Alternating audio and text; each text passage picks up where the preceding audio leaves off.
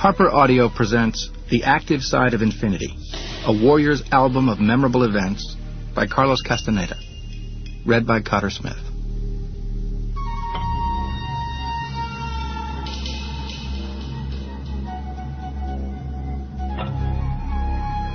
Introduction. This is a collection of the memorable events in my life. I gathered them following the recommendation of Don Juan Matus, a Yaqui Indian shaman from Mexico, who, as a teacher, endeavored for 13 years to make available to me the cognitive world of the shamans who lived in Mexico in ancient times. Don Juan Matus's suggestion that I gather this collection of memorable events was made as if it were something casual, something that occurred to him on the spur of the moment. That was Don Juan's style of teaching. He veiled the importance of certain maneuvers behind the mundane. He hid, in this fashion, the sting of finality, presenting it as something no different from any of the concerns of everyday life. Don Juan revealed to me as time went by that the shamans of ancient Mexico had conceived of this collection of memorable events as a bona fide device to stir caches of energy that exist within the self. They explained these caches as being composed of energy that originates in the body itself and becomes displaced, pushed out of reach by the circumstances of our daily lives. In this sense, the collection of memorable events was, for Don Juan and the shamans of his lineage, the means for redeploying their unused energy. The prerequisite for this collection was the genuine and all-consuming act of putting together the sum total of one's emotions and realizations without sparing anything. According to Don Juan, the shamans of his lineage were convinced that the collection of memorable events was the vehicle for the emotional and energetic adjustment necessary for venturing, in terms of perception, into the unknown. Don Juan described the total goal of the shamanistic knowledge that he handled as the preparation for facing the definitive journey, the journey that every human being has to take at the end of his life. He said that through their discipline and resolve, shamans were capable of retaining their individual awareness and purpose after death. For them, the vague, idealistic state that modern man calls life after death was a concrete region filled to capacity with practical affairs of a different order than the practical affairs of daily life, yet bearing a similar functional practicality. Don Juan considered that to collect the memorable events in their lives was, for shamans, the preparation for their entrance into that concrete region, which they called the active side of infinity. Don Juan and I were talking one afternoon under his ramada, a loose structure made of thin poles of bamboo. It looked like a roofed porch that was partially shaded from the sun, but that would not provide protection at all from the rain. There were some small, sturdy freight boxes there that served as benches. Their freight brands were faded and appeared to be more ornament than identification. I was sitting on one of them. My back was against the front wall of the house. Don Juan was sitting on another box, leaning against a pole that supported the ramada. I had just driven in a few minutes earlier. It had been a day-long ride in hot, humid weather. I was nervous, fidgety, and sweaty. Don Juan began talking to me as soon as I had comfortably settled down on the box. With a broad smile, he commented that overweight people hardly ever knew how to fight fatness. The smile that played on his lips gave me an inkling that he wasn't being facetious. He was just pointing out to me in a most direct and at the same time indirect way that I was overweight. I became so nervous that I tipped over the freight box on which I was sitting, and my back banged very hard against the thin wall of the house. The impact shook the house to its foundations. Don Juan looked at me inquiringly, but instead of asking me if I was all right, he assured me that I had not cracked the house. Then he expansively explained to me that his house was a temporary dwelling for him, that he really lived somewhere else. When I asked him where he really lived, he stared at me. His look was not belligerent. It was rather a firm deterrent to improper questions. I didn't comprehend what he wanted. I was about to ask the same question again, but he stopped me. Questions of that sort are not asked around here, he said firmly. Ask anything you wish about procedures or ideas. Whenever I'm ready to tell you where I live, if ever, I will tell you without your having to ask me. I instantly felt rejected. My face turned red involuntarily. I was definitely offended. Don Juan's explosion of laughter added immensely to my chagrin. Not only had he rejected me, he had insulted me, and then laughed at me. I live here temporarily, he went on, unconcerned with my foul mood, because this is a magical center. In fact, I live here because of you. That statement unraveled me. I couldn't believe it. I thought that he was probably saying that to ease my irritation at being insulted. Do you really live here because of me? I finally asked him, unable to contain my curiosity. Yes, he said evenly.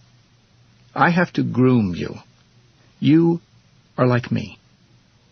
I will repeat to you now what I have already told you. The quest of every Nawal, or leader, in every generation of sorcerers, is to find a new man or woman who, like himself, shows a double energetic structure. I saw this feature in you when we were in the bus depot in Nogales. When I see your energy, I see two balls of luminosity superimposed, one on top of the other. And that feature binds us together. I can't refuse you any more than you can refuse me. His words caused a most strange agitation in me. An instant before I had been angry. Now I wanted to weep. He went on, saying that he wanted to start me off on something shamans called the warrior's way, backed by the strength of the area where he lived, which was the center of very strong emotions and reactions. Warlike people had lived there for thousands of years, soaking the land with their concern with war. He lived at that time in the state of Sonora in northern Mexico, about 100 miles south of the city of Guaymas.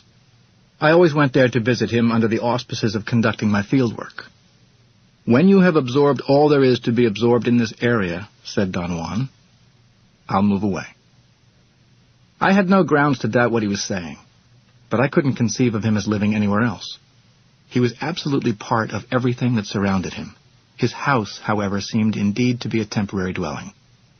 It was a shack, typical of the Yaqui farmers. It was made out of wattle and daub with a flat thatched roof. It had one big room for eating and sleeping and a roofless kitchen.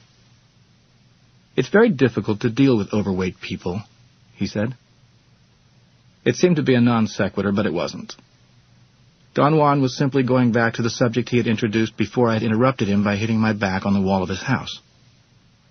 A minute ago you hit my house like a demolition ball, he said, shaking his head slowly from side to side. What an impact. An impact worthy of a portly man. I had the uncomfortable feeling that he was talking to me from the point of view of someone who had given up on me. I immediately took on a defensive attitude. He listened, smirking, to my frantic explanations that my weight was normal for my bone structure. That's right, he conceded facetiously. You have big bones.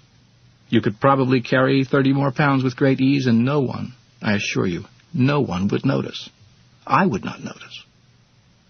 His mocking smile told me that I was definitely pudgy. He asked me then about my health in general, and I went on talking, desperately trying to get out of any further comment about my weight. He changed the subject himself. What's new about your eccentricities and aberrations? He asked with a deadpan expression. I idiotically answered that they were okay.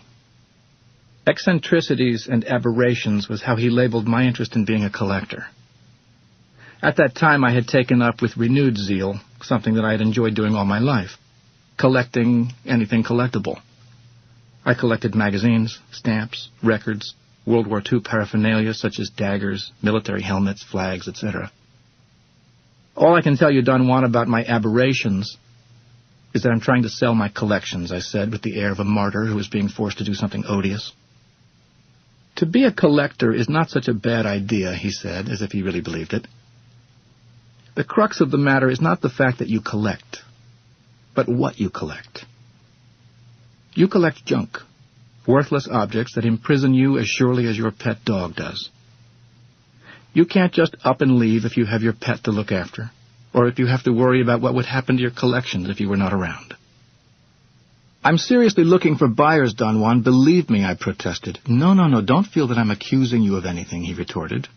In fact, I like your collector's spirit. I just don't like your collections. That's all.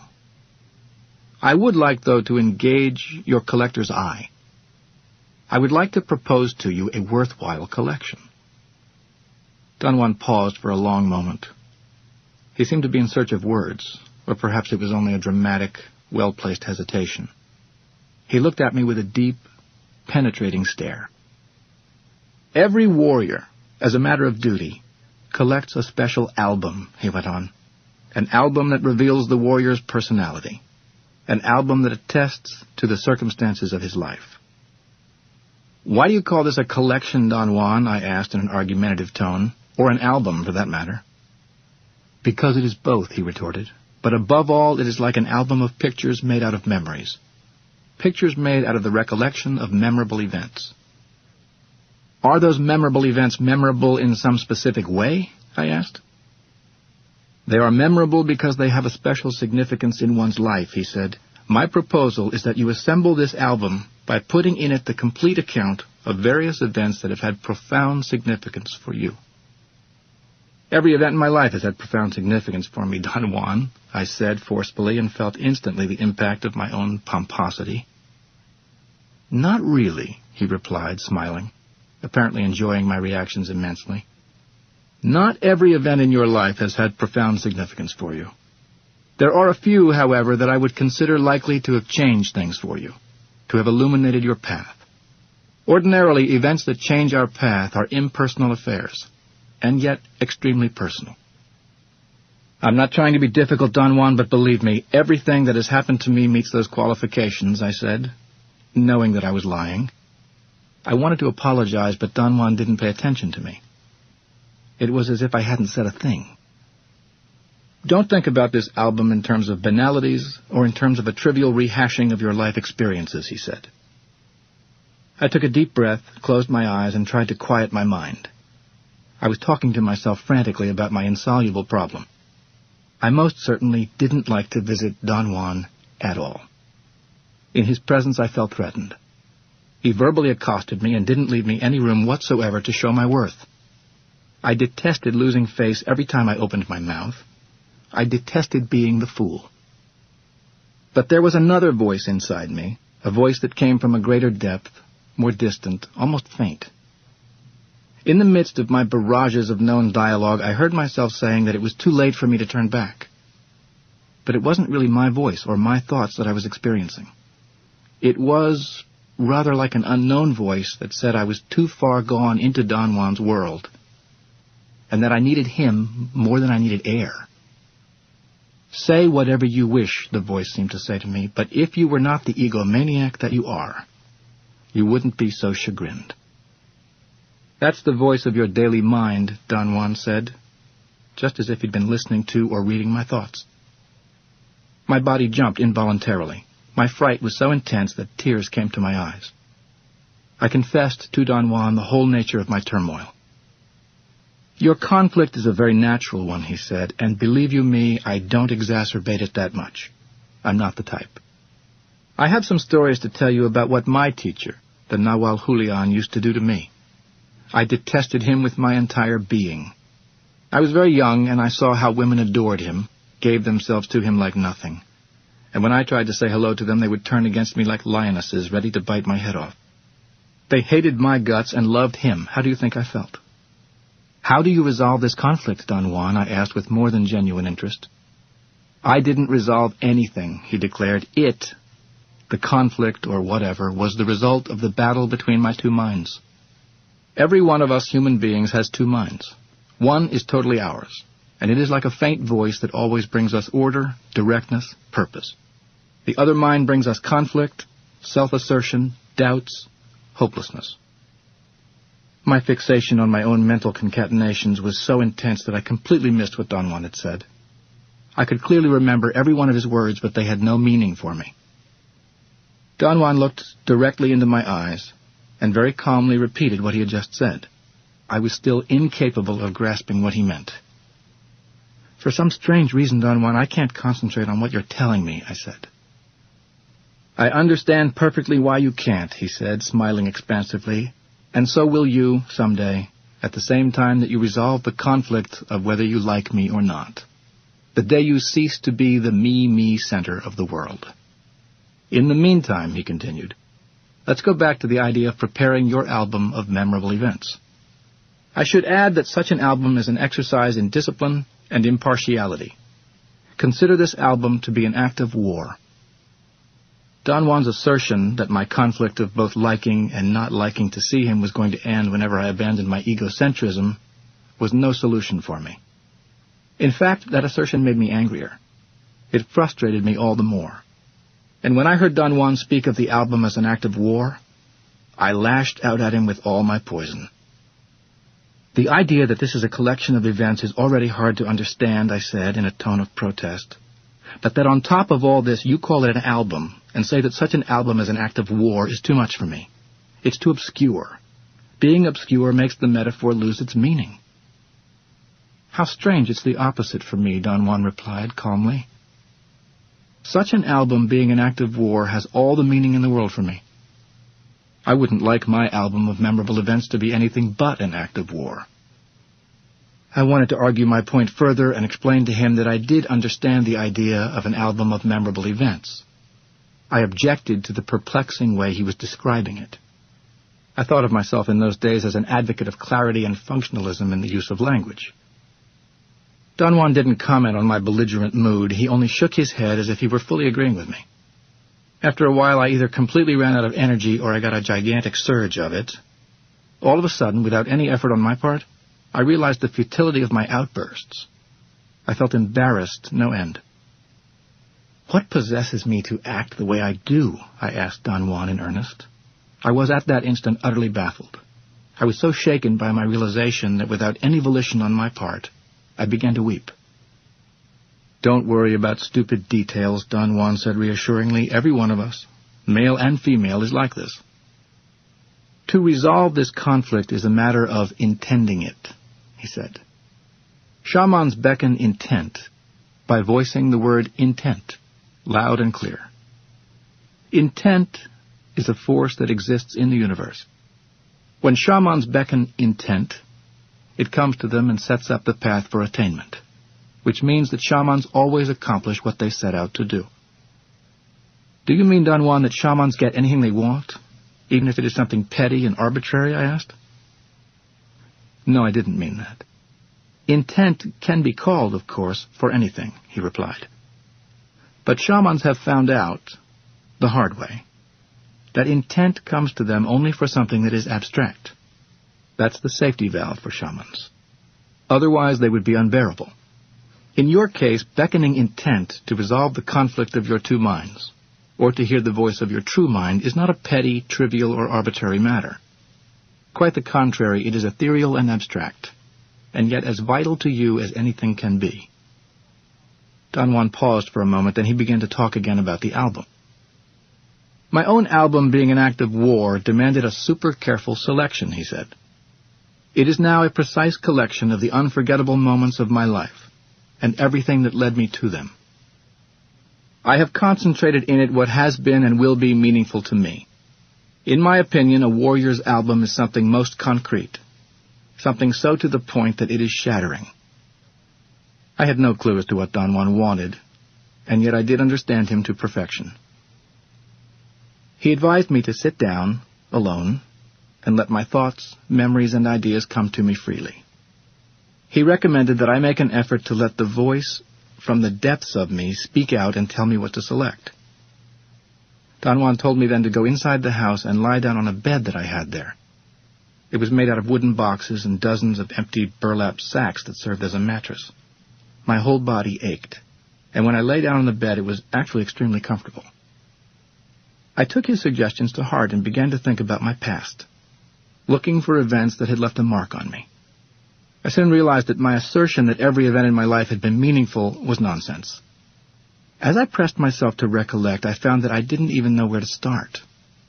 Through my mind ran endless disassociated thoughts and memories of events that I had experienced, but I couldn't decide whether or not they had had any meaning for me. The impression I got was that nothing had had any significance whatsoever. It looked as if I had gone through life like a corpse, empowered to walk and talk but not to feel anything. Having no concentration whatsoever to pursue the subject beyond a shallow attempt, I gave up and fell asleep. Did you have any success? Don Juan asked me when I woke up hours later. Instead of being at ease after sleeping and resting, I was again moody and belligerent. No, I didn't have any success, I barked. Did you hear that voice from the depths of you? He asked. "I think I did," I lied. "What did it say to you?" he inquired in an urgent tone. "I can't think of it, Don Juan," I muttered. "Ah, you are back in your daily mind," he said, and patted me forcefully on the back. "Your daily mind has taken over again. Let's relax it by talking about your collection of memorable events. I should tell you that the selection of what to put in your album is not an easy matter. This is the reason I say that making this album is an act of war. You have to remake yourself 10 times over in order to know what to select." I clearly understood then, if only for a second, that I had another way of perceiving, different from my daily perception. However, the thought was so vague that I lost it instantly. What remained was just the sensation of an incapacity to fulfill Don Juan's requirement. Instead of graciously accepting my incapacity, though, I allowed it to become a threatening affair. The driving force of my life in those days was to appear always in a good light. To be incompetent was the equivalent of being a loser, something that was thoroughly intolerable to me. Since I didn't know how to respond to the challenge Don Juan was posing, I did the only thing I knew how to do. I got angry. "I've got to think a great deal more about this, Don Juan," I said. "I've got to give my mind some time to settle on the idea." Of course, Don Juan assured me. "Take all the time in the world. But hurry." Nothing else was said about the subject at that time. At home, I forgot about it completely until one day when, quite abruptly, in the middle of a lecture I was attending, the imperious command to search for the memorable events of my life hit me like a bodily jolt, a nervous spasm that shook my entire body from head to toe.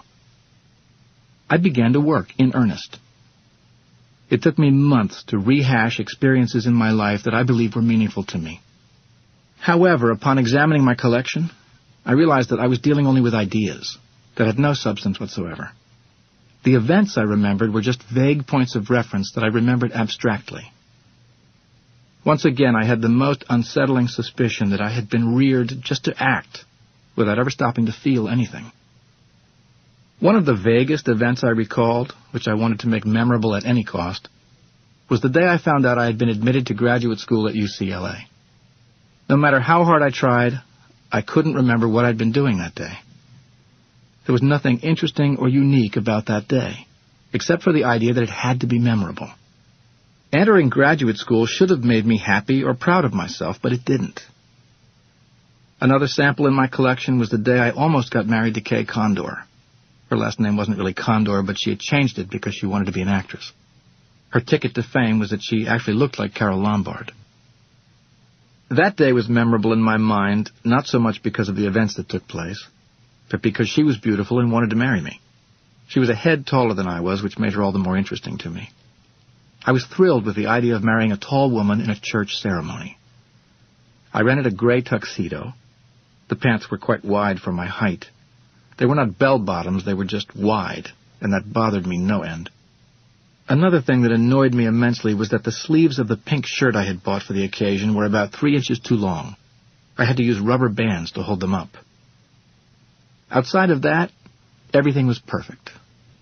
Until the moment when the guests and I found out that Kay Condor had gotten cold feet and wasn't going to show up. Being a very proper young lady, she had sent me a note of apology by motorcycle messenger. She wrote that she didn't believe in divorce and couldn't commit herself for the rest of her days to someone who didn't quite share her views on life.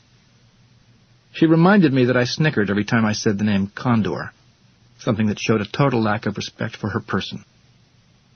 She said that she had discussed the matter with her mother. Both of them loved me dearly, but not enough to make me part of their family. She added that, bravely and wisely, we all had to cut our losses. My state of mind was one of total numbness.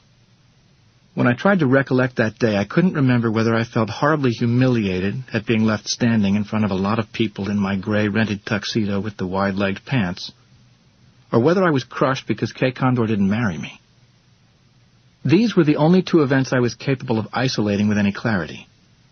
They were meager examples, but after rehashing them, I had succeeded in redressing them as tales of philosophical acceptance. I thought of myself as a being who goes through life with no real feelings, who has only intellectual views of everything. Taking Don Juan's metaphors as models, I even constructed one of my own. a being who lives his life vicariously in terms of what it should be. I believed, for instance, that the day I was admitted to graduate school at UCLA should have been a memorable day. Since it wasn't, I tried my best to imbue it with an importance I was far from feeling. A similar thing happened with the day I nearly married Kay Condor. It should have been a devastating day for me, but it wasn't.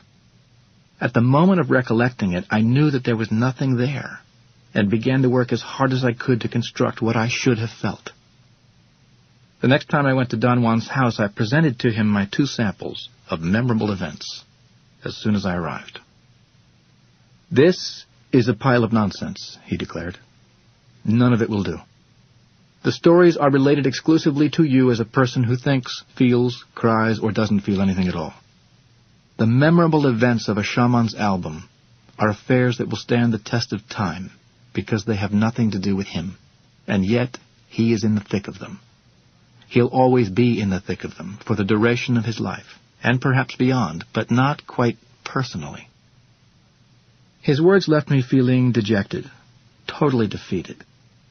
I sincerely believed in those days that Don Juan was an intransigent old man who found special delight in making me feel stupid. He reminded me of a master craftsman I had met at a sculptor's foundry where I had worked while going to art school. The master artisan used to criticize and find flaws with everything his advanced apprentices did, and would demand that they correct their work according to his recommendations. His apprentices would turn around and pretend to correct their work. I remembered the glee of the master when he would say, upon being presented with the same work, "Now you have a real thing." "Don't feel bad," Don Juan said, shaking me out of my recollection.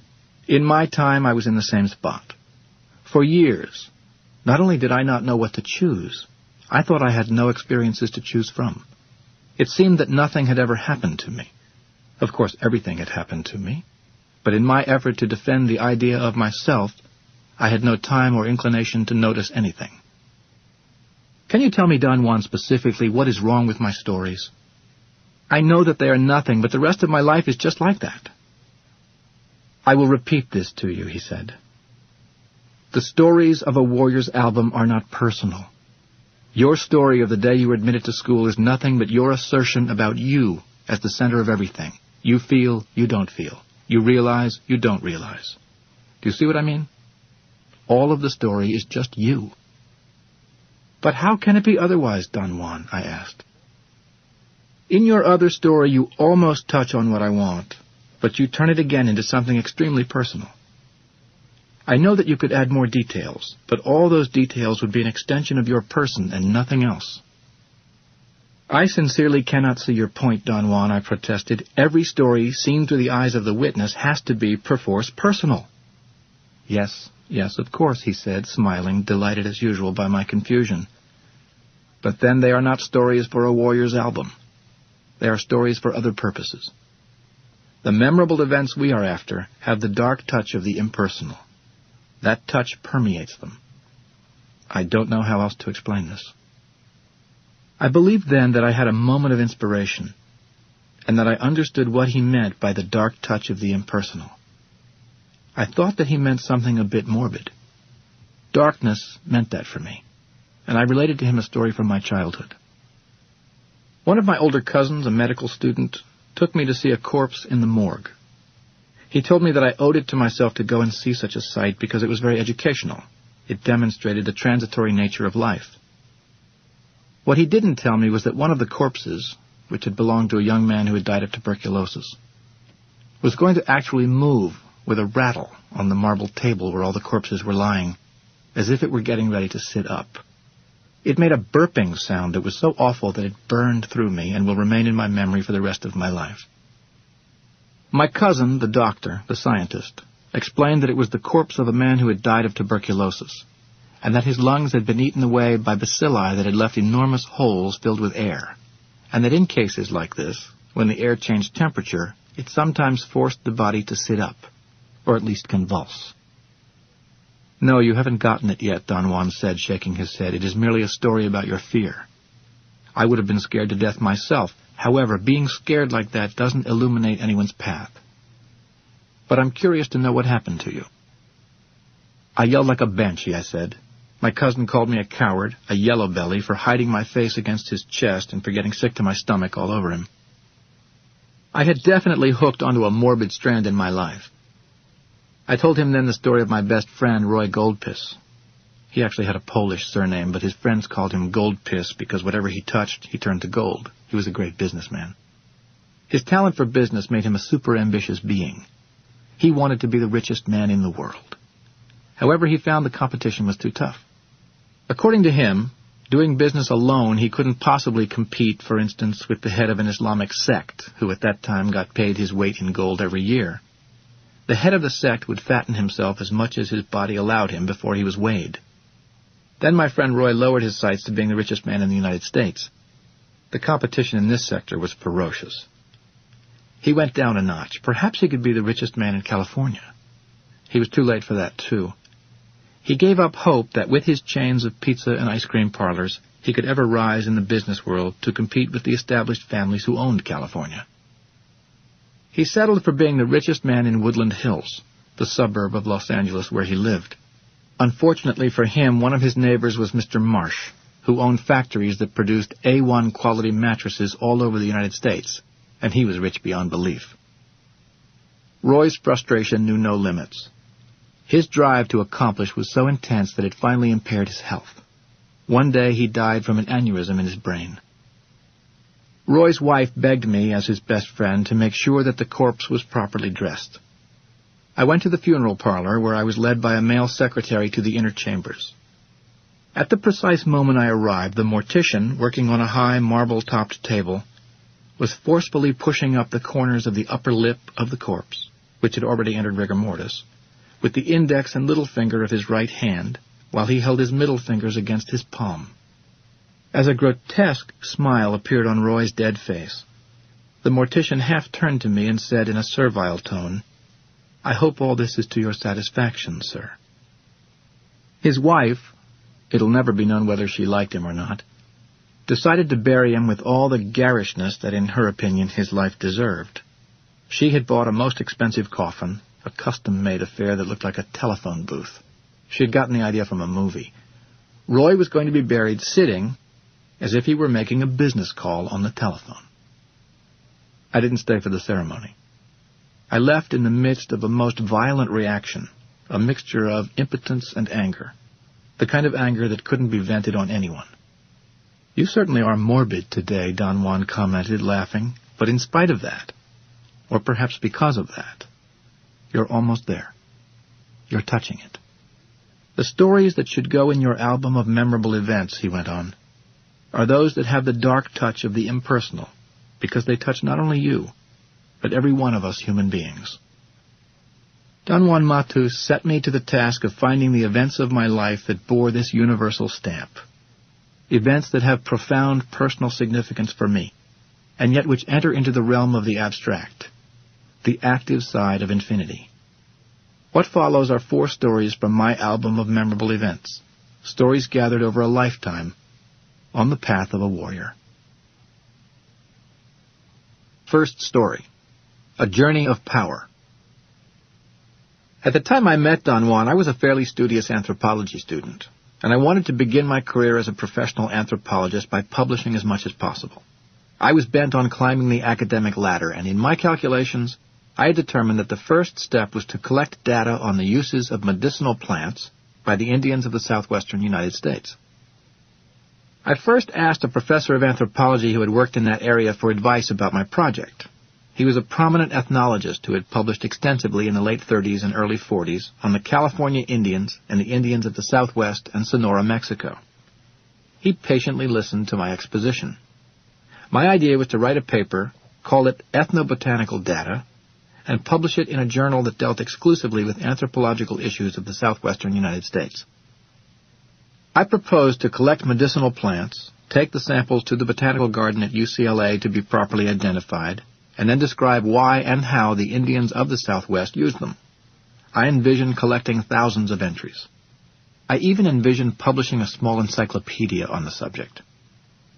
The professor smiled forgivingly at me. "I don't want to dampen your enthusiasm," he said in a tired voice, "but I can't help commenting negatively on your eagerness. Eagerness is welcome in anthropology, but it must be properly channeled. Don't you think that you should pay more attention to your formal studies?" he continued. "Rather than doing field work, wouldn't it be better for you to study linguistics? We have in the department here one of the most prominent linguists in the world. If I were you, I'd be sitting at his feet, catching any drift emanating from him. We also have a superb authority in comparative religions, and there are exceptionally competent anthropologists who have done work on kinship systems in cultures all over the world, from the point of view of linguistics and from the point of view of cognition. You need a lot of preparation. To think that you could do field work now is a travesty. Plunge into your books, young man. That's my advice." Stubbornly, I took my proposition to another professor, a younger one. He wasn't in any way more helpful. He laughed at me openly. He told me that the paper I wanted to write was a Mickey Mouse paper, and that it wasn't anthropology by any stretch of the imagination. "Anthropologists nowadays," he said professorially, "are concerned with issues that have relevance. Medical and pharmaceutical sciences have done endless research on every possible medicinal plant in the world. There's no longer any bone to chew in there. Your kind of data collecting belongs to the turn of the 19th century. Now it's nearly 200 years later. There is such a thing as progress, you know."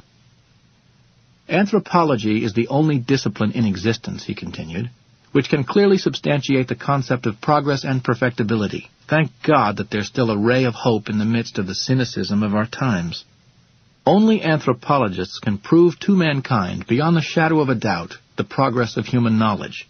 That's anthropology for you, not some puny field work, which is not field work at all, but mere masturbation." It was a blow on the head to me. As a last resort, I went to Arizona to talk to anthropologists who were actually doing field work there. By then, I was ready to give up on the whole idea. I understood what the two professors were trying to tell me. I couldn't have agreed with them more. My attempts at doing field work were definitely simple-minded. Yet I wanted to get my feet wet in the field.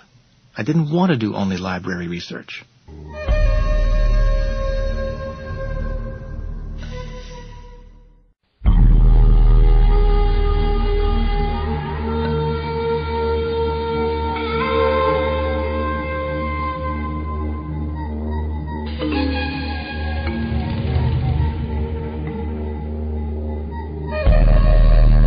In Arizona, I met with an extremely seasoned anthropologist who had written a great deal about the Yaqui Indians of Arizona, as well as those of Sonora, Mexico. He was extremely kind. He didn't run me down, nor did he give me any advice. He only commented that the Indian societies of the Southwest were extremely isolationist, and that they distrusted or even despised foreigners, especially those of Hispanic origin. A younger colleague of his, however, was more outspoken. He said that I was better off reading herbalists' books. He was an authority in the field, and his opinion was that anything to be known about medicinal plants from the Southwest had already been classified and talked about in various publications. He went as far as to say that the sources of any Indian curer of the day were precisely those publications, rather than any traditional knowledge. He finished me off with the assertion that if there still were any traditional curing practices, the Indians would not divulge them to a stranger. "Do something worthwhile," he advised me. "Look into urban anthropology. There's a lot of money for studies on alcoholism among Indians in the big city, for example. Now that's something that any anthropologist can do easily. Go and get drunk with local Indians in a bar. Then arrange whatever you find out about them in terms of statistics. Turn everything into numbers. Urban anthropology is a real field." There was nothing else for me to do except to take the advice of those experienced social scientists. I decided to fly back to Los Angeles. But another anthropologist friend of mine let me know then that he was going to drive throughout Arizona and New Mexico, visiting all the places where he had done work in the past, renewing in this fashion his relationships with the people who had been his anthropological informants. "You're welcome to come with me," he said. "I'm not going to do any work. I'm just going to visit with them, have a few drinks with them, bullshit with them. I bought gifts for them, blankets, booze, jackets, ammunition for .22 caliber rifles. My car is loaded with goodies. I usually drive alone whenever I go to see them, but by myself I always run the risk of falling asleep. You could keep me company, keep me from dozing off, or drive a little bit if I'm too drunk." I felt so despondent that I turned him down. "I'm very sorry, Bill," I said. "The trip won't do for me. I see no point in pursuing this idea of field work any longer. Don't give up without a fight, Bill said in a tone of paternal concern. Give all you have to the fight, and if it licks you, then it's okay to give up, but not before. Come with me and see how you like the Southwest. He put his arm around my shoulders. I couldn't help noticing how immensely heavy his arm was. He was tall and husky, but in recent years his body had acquired a strange rigidity. He had lost his boyish quality. His round face was no longer filled, youthful, the way it had been. Now it was a worried face. I believed that he worried because he was losing his hair, but at times it seemed to me that it was something more than that. And it wasn't that he'd gained weight. His body was heavy in ways that were impossible to explain. I noticed it in the way that he walked, and got up and sat down. Bill seemed to me to be fighting gravity with every fiber of his being, in everything he did. Disregarding my feelings of defeat, I started on a journey with him. We visited every place in Arizona and New Mexico where there were Indians. One of the end results of this trip was that I found out that my anthropologist friend had two definite facets to his person. He explained to me that his opinions as a professional anthropologist were very measured and congruous with the anthropological thought of the day, but that as a private person, his anthropological fieldwork had given him a wealth of experiences that he never talked about. These experiences were not congruous with the anthropological thought of the day because they were events that were impossible to catalog. During the course of our trip, he would invariably have some drinks with his ex-informants and feel very relaxed afterward. I would take the wheel then and drive as he sat in the passenger seat taking sips from his bottle of 30-year-old Ballantines. It was then that Bill would talk about his uncatalogued experiences. "I've never believed in ghosts," he said abruptly one day. "I never went for apparitions and floating essences, voices in the dark, you know. I had a very pragmatic, serious upbringing. Science had always been my compass. But then, working in the field, all kinds of weird crap began to filter through to me. For instance, I went with some Indians one night on a vision quest. They were going to actually initiate me by some painful business of piercing the muscles of my chest. They were preparing a sweat lodge in the woods. I had resigned myself to withstand the pain. I took a couple of drinks to give me strength, and then the man who was going to intercede for me with the people who actually performed the ceremony yelled in horror and pointed at a dark, shadowy figure walking towards us. When the shadowy figure came closer to me, Bill went on, I noticed that what I had in front of me was an old Indian, dressed in the weirdest getup you could imagine. He had the paraphernalia of shamans. The man I was with that night fainted shamelessly at the sight of the old man. The old man came to me and pointed a finger at my chest. His finger was just skin and bone. He babbled incomprehensible things to me. By then the rest of the people had seen the old man and started to rush silently towards me. The old man turned to look at them, and every one of them froze. He harangued them for a moment. His voice was something unforgettable. It was as if he were talking from a tube, or as if he had something attached to his mouth that carried the words out of him. I swear to you that I saw the man talking inside his body, and his mouth broadcasting the words as a mechanical apparatus. After haranguing the men, the old man continued walking, past me, past them, and disappeared, swallowed by the darkness. Bill said that the plan to have an initiation ceremony went to pot.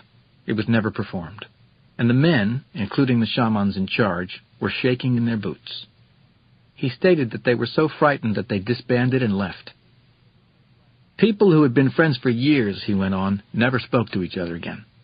They claimed that what they had seen was the apparition of an incredibly old shaman, and that it would bring bad luck to talk about it among themselves.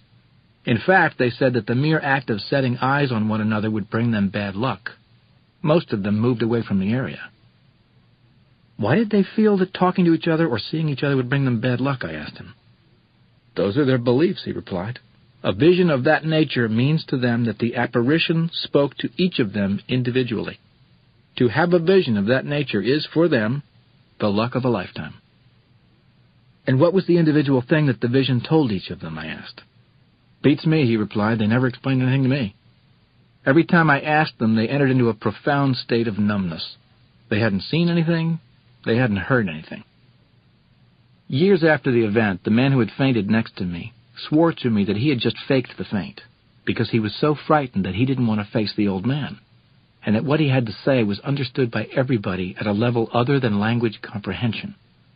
Bill said that in his case what the apparition voiced to him he understood as having to do with his health and his expectations in life.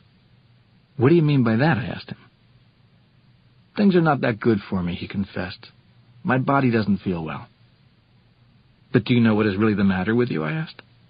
"Oh, yes," he said nonchalantly. "Doctors have told me. But I'm not going to worry about it or even think about it."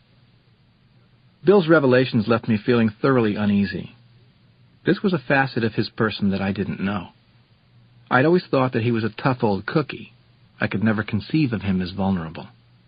I didn't like our exchange. It was, however, too late for me to retreat.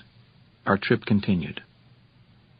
On another occasion, he confided that the shamans of the Southwest were capable of transforming themselves into different entities, and that the categorization schemes of bear shaman or mountain lion shaman, etc., should not be taken as euphemisms or metaphors because they were not. "Would you believe it," he said in a tone of great admiration, "that there are some shamans who actually become bears, or mountain lions, or eagles? I'm not exaggerating, nor am I fabricating anything when I say that once I witnessed the transformation of a shaman who called himself Riverman, or River Shaman, or proceeding from river, returning to river. I was out in the mountains of New Mexico with this shaman. I was driving for him. He trusted me, and he was going in search of his origin, or so he said. We were walking along a river when he suddenly got very excited.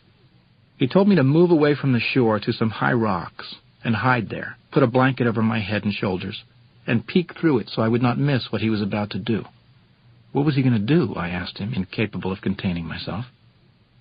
I didn't know, he said. Your guess would have been as good as mine. I had no way of conceiving what he was going to do. He just walked into the water, fully dressed.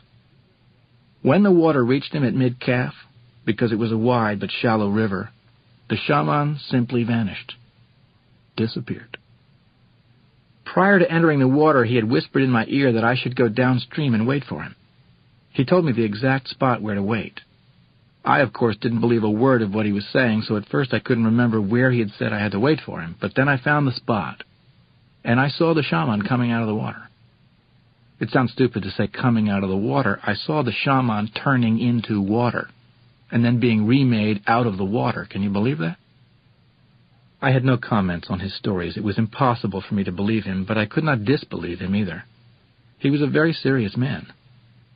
The only possible explanation that I could think of was that as we continued our trip, he drank more and more every day.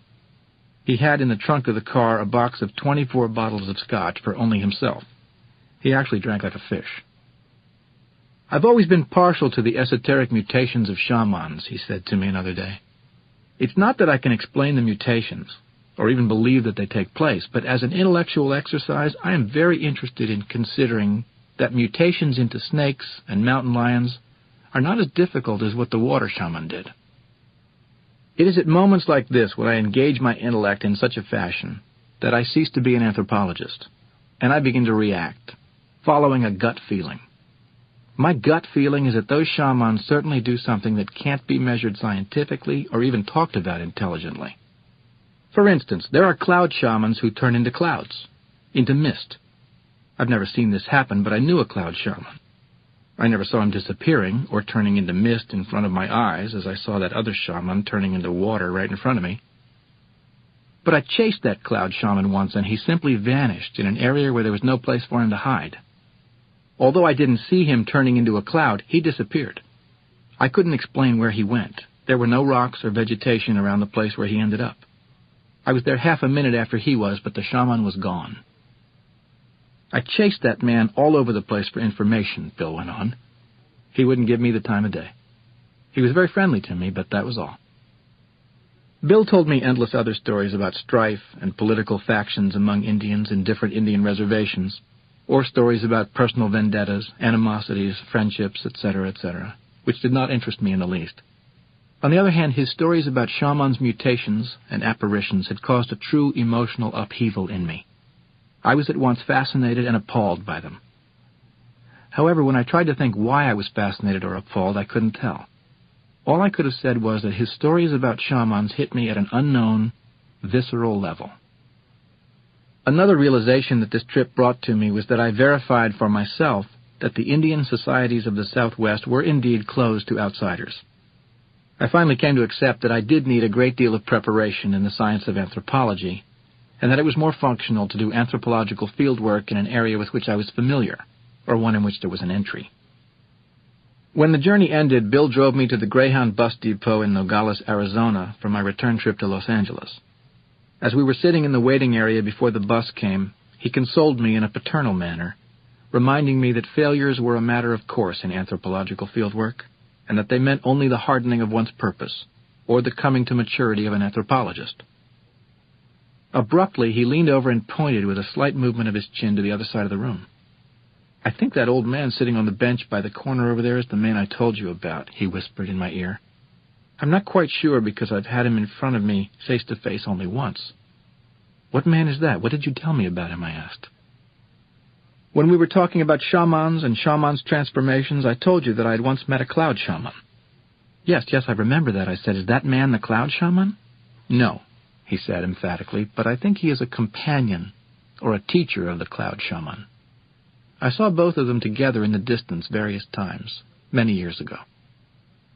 I did remember Bill mentioning in a very casual manner, but not in relation to the cloud shaman, that he knew about the existence of a mysterious old man who was a retired shaman, an old Indian misanthrope from Yuma who had once been a terrifying sorcerer. The relationship of the old man to the cloud shaman was never voiced by my friend, but obviously it was foremost in Bill's mind, to the point that he believed that he had told me about him. A strange anxiety suddenly possessed me and made me jump out of my seat. As if I had no volition of my own, I approached the old man and immediately began a long tirade on how much I knew about medicinal plants and shamanism among the American Indians of the plains and their Siberian ancestors. As a secondary theme, I mentioned to the old man that I knew that he was a shaman. I concluded by assuring him that it would be thoroughly beneficial for him to talk to me at length. "If nothing else," I said petulantly, "we could swap stories. You tell me yours and I'll tell you mine." The old man kept his eyes lowered until the last moment. Then he peered at me. "I am Juan Matus," he said, looking me squarely in the eyes. My tirade shouldn't have ended by any means, but for no reason that I could discern, I felt that there was nothing more I could have said. I wanted to tell him my name. He raised his hand to the height of my lips, as if to prevent me from saying it. At that instant, a bus pulled up to the bus stop. The old man muttered that it was the bus he had to take. Then he earnestly asked me to look him up so we could talk with more ease and swap stories. There was an ironic smirk on the corner of his mouth when he said that. With an incredible agility for a man his age, I figured he must have been in his 80s, he covered in a few leaps the 50 yards between the bench where he was sitting and the door of the bus. As if the bus had stopped just to pick him up, it moved away as soon as he had jumped in and the door had closed. After the old man left, I went back to the bench where Bill was sitting. "What did he say? What did he say?" he asked excitedly. "He told me to look him up and come to his house to visit," I said. "He even said that we could talk there." "But what did you say to him to get him to invite you to his house?" he demanded. I told Bill that I had used my best sales pitch and that I had promised the old man to reveal to him everything I knew about medicinal plants from the point of view of my reading. Bill obviously didn't believe me at all. He accused me of holding out on him. "I know the people around this area," he said belligerently, "and that old man is a very strange fart. He doesn't talk to anybody, Indians included. Why would he talk to you, a perfect stranger? You're not even cute." It was obvious that Bill was annoyed with me. I couldn't figure out why, though. I didn't dare ask him for an explanation. He gave me the impression of being a bit jealous. Perhaps he felt that I had succeeded where he had failed. However, my success had been so inadvertent that it didn't mean anything to me. Except for Bill's casual remarks, I didn't have any conception of how difficult it was to approach that old man, and I couldn't have cared less. At the time, I found nothing remarkable in the exchange. It baffled me that Bill was so upset about it. "Do you know where his house is?" I asked him. "I haven't the foggiest idea," he answered curtly. "I've heard people from this area say that he doesn't live anywhere, that he just appears here and there unexpectedly, but that's a lot of horse shit. He probably lives in some shack in Nogales, Mexico." "Why is he so important?" I asked him. My question made me gather enough courage to add, "You seem to be upset because he talked to me. Why?" Without any ado, he admitted that he was chagrined because he knew how useless it was to try to talk to that man. "That old man is as rude as anyone can be," he added. "At best, he stares at you without saying a word when you talk to him. At other times, he doesn't even look at you. He treats you as if you didn't exist. The one time I tried to talk to him, he brutally turned me down. Do you know what he said to me? He said, 'If I were you, I wouldn't waste my energy opening my mouth. Save it. You need it.' If he weren't such an old fart, I would have punched him in the nose." I pointed out to Bill that to call him an old man was more a figure of speech than an actual description. He didn't really appear to be that old, although he was definitely old. He possessed a tremendous vigor and agility. I felt that Bill would have failed miserably if he had tried to punch him in the nose. That old Indian was powerful. In fact, he was downright scary. I didn't voice my thoughts. I let Bill go on telling me how disgusted he was at the nastiness of that old man, and how he would have dealt with him had it not been for the fact that the old man was so feeble. "Who do you think could give me some information about where he might live?" I asked him. "Perhaps some people in Yuma," he replied, a bit more relaxed. "Maybe the people I introduced you to at the beginning of our trip. You wouldn't lose anything by asking them. Tell them that I sent you to them." I changed my plans right then, and instead of going back to Los Angeles, went directly to Yuma, Arizona. I saw the people to whom Bill had introduced me. They didn't know where the old Indian lived, but their comments about him inflamed my curiosity even more. They said that he was not from Yuma, but from Sonora, Mexico, and that in his youth he had been a fearsome sorcerer who did incantations and put spells on people, but that he had mellowed with age, turning into an ascetic hermit. They remarked that although he was a Yaqui Indian, he had once run around with a group of Mexican men who seemed to be extremely knowledgeable about bewitching practices. They all agreed that they hadn't seen those men in the area for ages. One of the men added that the old man was contemporaneous with his grandfather, but that while his grandfather was senile and bedridden, the sorcerer seemed to be more vigorous than ever. The same man referred me to some people in Hermosillo, the capital of Sonora, who might know the old man and be able to tell me more about him. The prospect of going to Mexico was not at all appealing to me. Sonora was too far away from my area of interest. Besides, I reasoned that I was better off doing urban anthropology after all. And I went back to Los Angeles. But before leaving for Los Angeles, I canvassed the area of Yuma, searching for information about the old man. No one knew anything about him. As the bus drove to Los Angeles, I experienced a unique sensation. On the one hand, I felt totally cured of my obsession with fieldwork or my interest in the old man. On the other hand, I felt a strange nostalgia. It was truthfully something I had never felt before. Its newness struck me profoundly. It was a mixture of anxiety and longing, as if I were missing something of tremendous importance. I had the clear sensation as I approached Los Angeles that whatever had been acting on me around Yuma began to fade with distance. But its fading only increased my unwarranted longing. Second story. The unavoidable appointment. There was something that kept nagging at me in the back of my mind. I had to answer a most important letter I had received, and I had to do it at any cost. What had prevented me from doing it was a mixture of indolence on my part and a deep desire to please.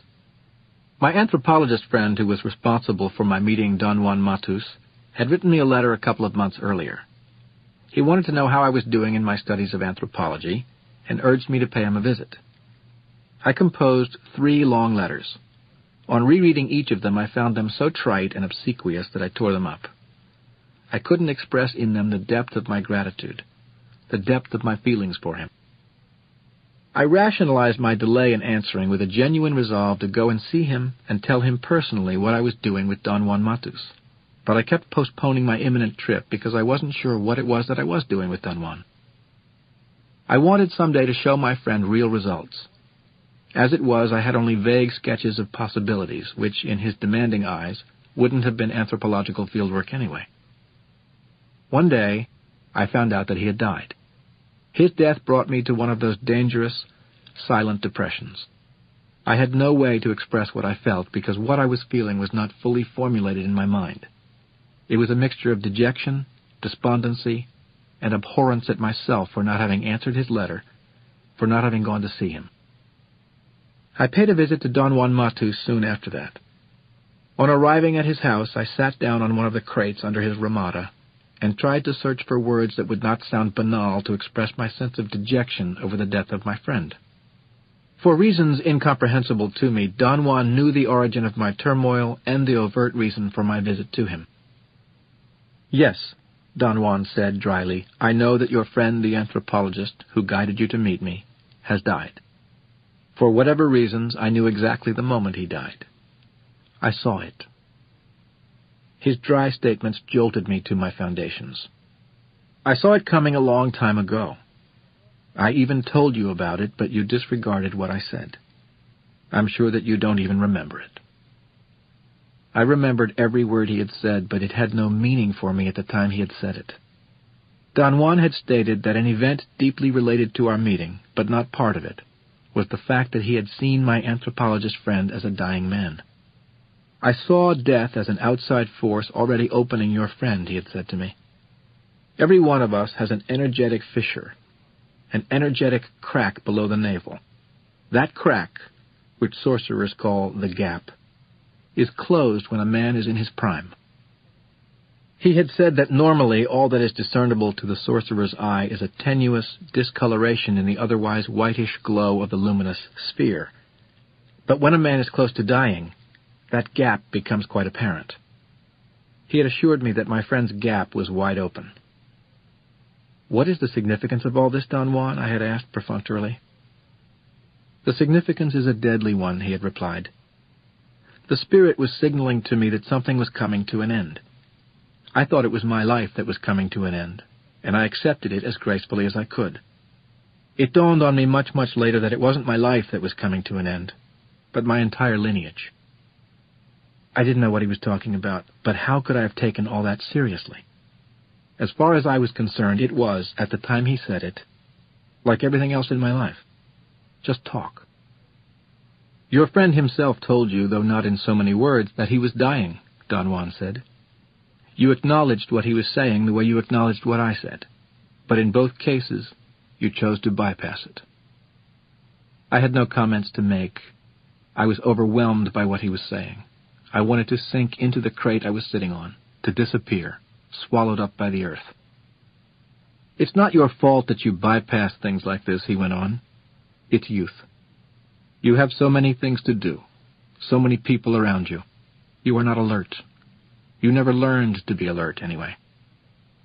In the vein of defending the last bastion of myself, my idea that I was watchful, I pointed out to Don Juan that I had been in life-and-death situations that required my quick wit and vigilance. It wasn't altogether that I lacked the capacity to be alert, but that I lacked the orientation for setting an appropriate list of priorities. Therefore, everything was either important or unimportant to me. "To be alert doesn't mean to be watchful," Don Juan said. "For sorcerers, to be alert means to be aware of the fabric of the everyday world that seems extraneous to the interaction of the moment. On the trip that you took with your friend before you met me, you noticed only the details that were obvious. You didn't notice how his death was absorbing him, and yet something in you knew it." I began to protest, to tell him that what he was saying wasn't true. "Don't hide yourself behind banalities," he said in an accusing tone. "Stand up. If only for the moment you are with me, assume responsibility for what you know. Don't get lost in the extraneous fabric of the world around you, extraneous to what's going on. If you hadn't been so concerned with yourself and your problems, you would have known that that was his last trip. You would have noticed that he was closing his accounts, seeing the people who helped him, saying goodbye to them." "Your anthropologist friend talked to me once," Don Juan went on. "I remembered him so clearly that I wasn't surprised at all when he brought you to me at that bus depot. I couldn't help him when he talked to me. He wasn't the man I was looking for, but I wished him well from my sorcerer's emptiness, from my sorcerer's silence. For this reason, I know that on his last trip, he was saying thank you to the people who counted in his life." I admitted to Don Juan that he was so very right, that there had been so many details that I had been aware of, but that they hadn't meant a thing to me at the time, such as, for instance, my friend's ecstasy in watching the scenery around us. He would stop the car just to watch, for hours on end, the mountains in the distance, or the riverbed, or the desert. I discarded this as the idiotic sentimentality of a middle-aged man. I even made vague hints to him that perhaps he was drinking too much. He told me that in dire cases, a drink would allow a man a moment of peace and detachment, a moment long enough to savor something unrepeatable. That was, for a fact, the trip for his eyes only, Don Juan said. Sorcerers take such a trip, and in it, nothing counts except what their eyes can absorb. Your friend was unburdening himself of everything superfluous. I confessed to Don Juan that I had disregarded what he had said to me about my dying friend, because at an unknown level, I had known that it was true. Sorcerers never say things idly, he said. I am most careful about what I say to you or to anybody else. The difference between you and me is that I don't have any time at all, and I act accordingly. You, on the other hand, believe that you have all the time in the world, and you act accordingly. The end result of our individual behaviors is that I measure everything I do and say, and you don't. I conceded that he was right, but I assured him that whatever he was saying did not alleviate my turmoil or my sadness. I blurted out then uncontrollably every nuance of my confused feelings. I told him that I wasn't in search of advice. I wanted him to prescribe a sorcerer's way to end my anguish. I believed I was really interested in getting from him some natural relaxant, an organic Valium, and I said so to him. Don Juan shook his head in bewilderment. You are too much, he said.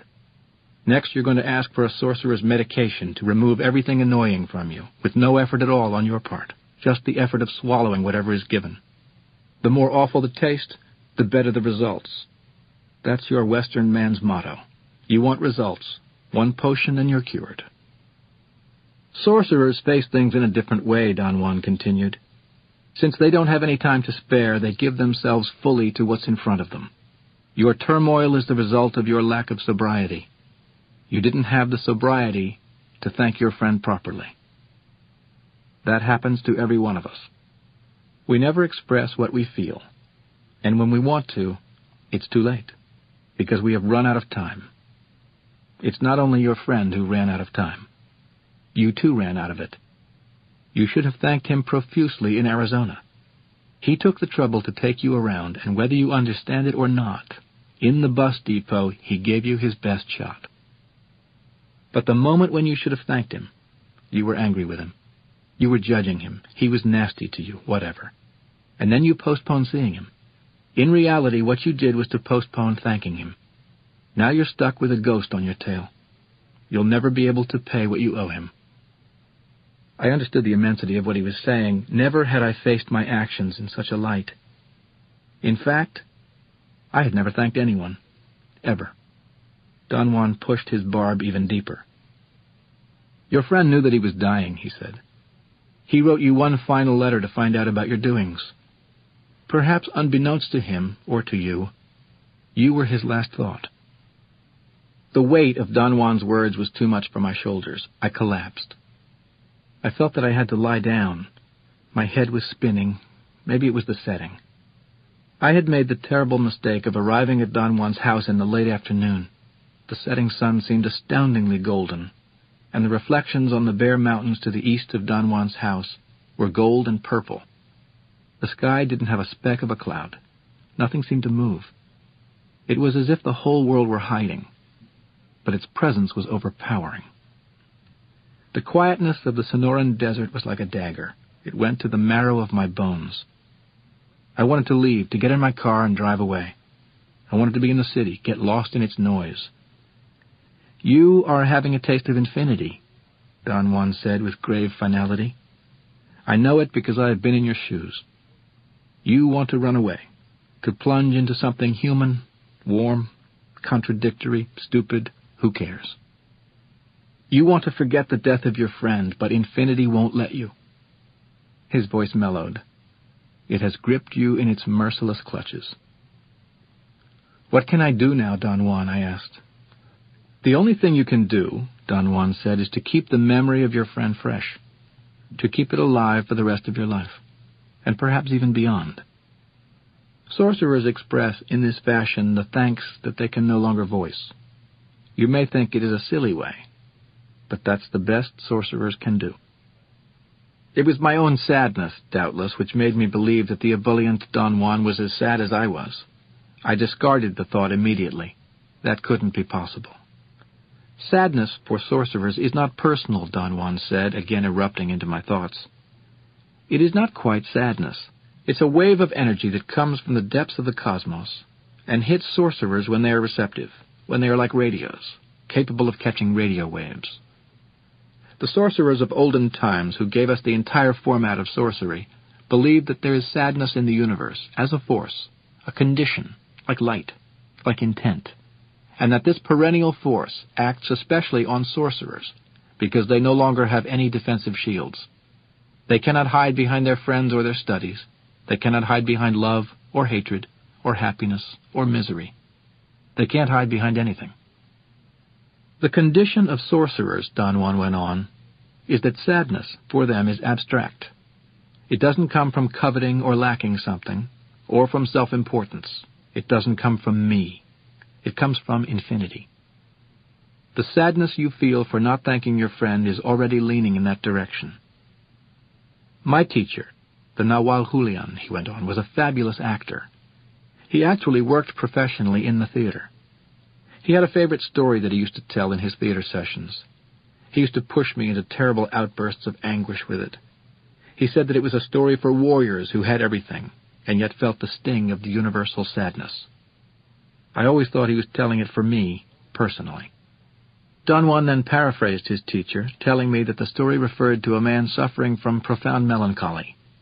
He went to see the best doctors of his day, and every one of those doctors failed to help him.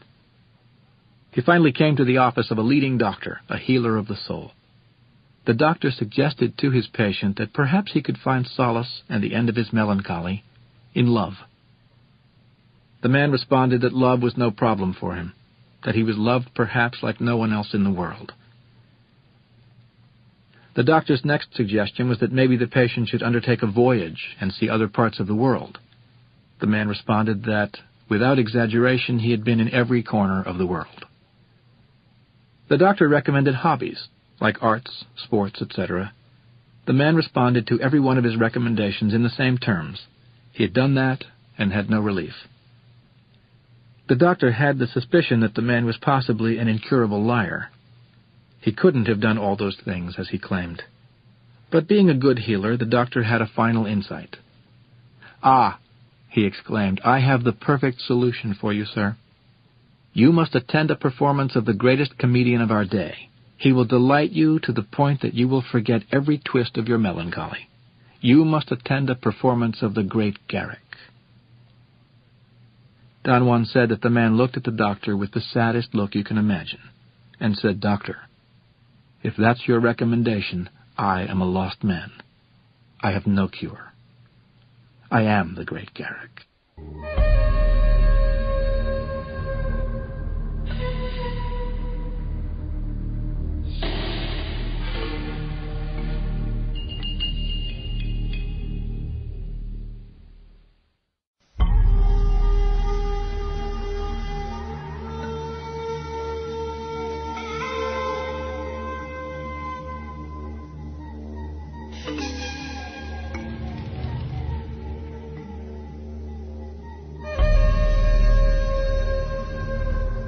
Third story. Saying thank you. Warriors don't leave any debts unpaid, Don Juan said. "What are you talking about, Don Juan?" I asked. "It is time that you square certain indebtedness you have incurred in the course of your life," he said. "Not that you will ever pay in full, mind you, but you must make a gesture. You must make a token payment in order to atone, in order to appease infinity. You told me about your two friends who meant so much to you, Patricia Turner and Sandra Flanagan. It's time for you to go and find them and to make to each of them one gift in which you spend everything you have. You have to make 2 gifts that will leave you penniless. That's the gesture." "I don't know where they are, Don Juan," I said, almost in a mood of protest. "To find them is your challenge.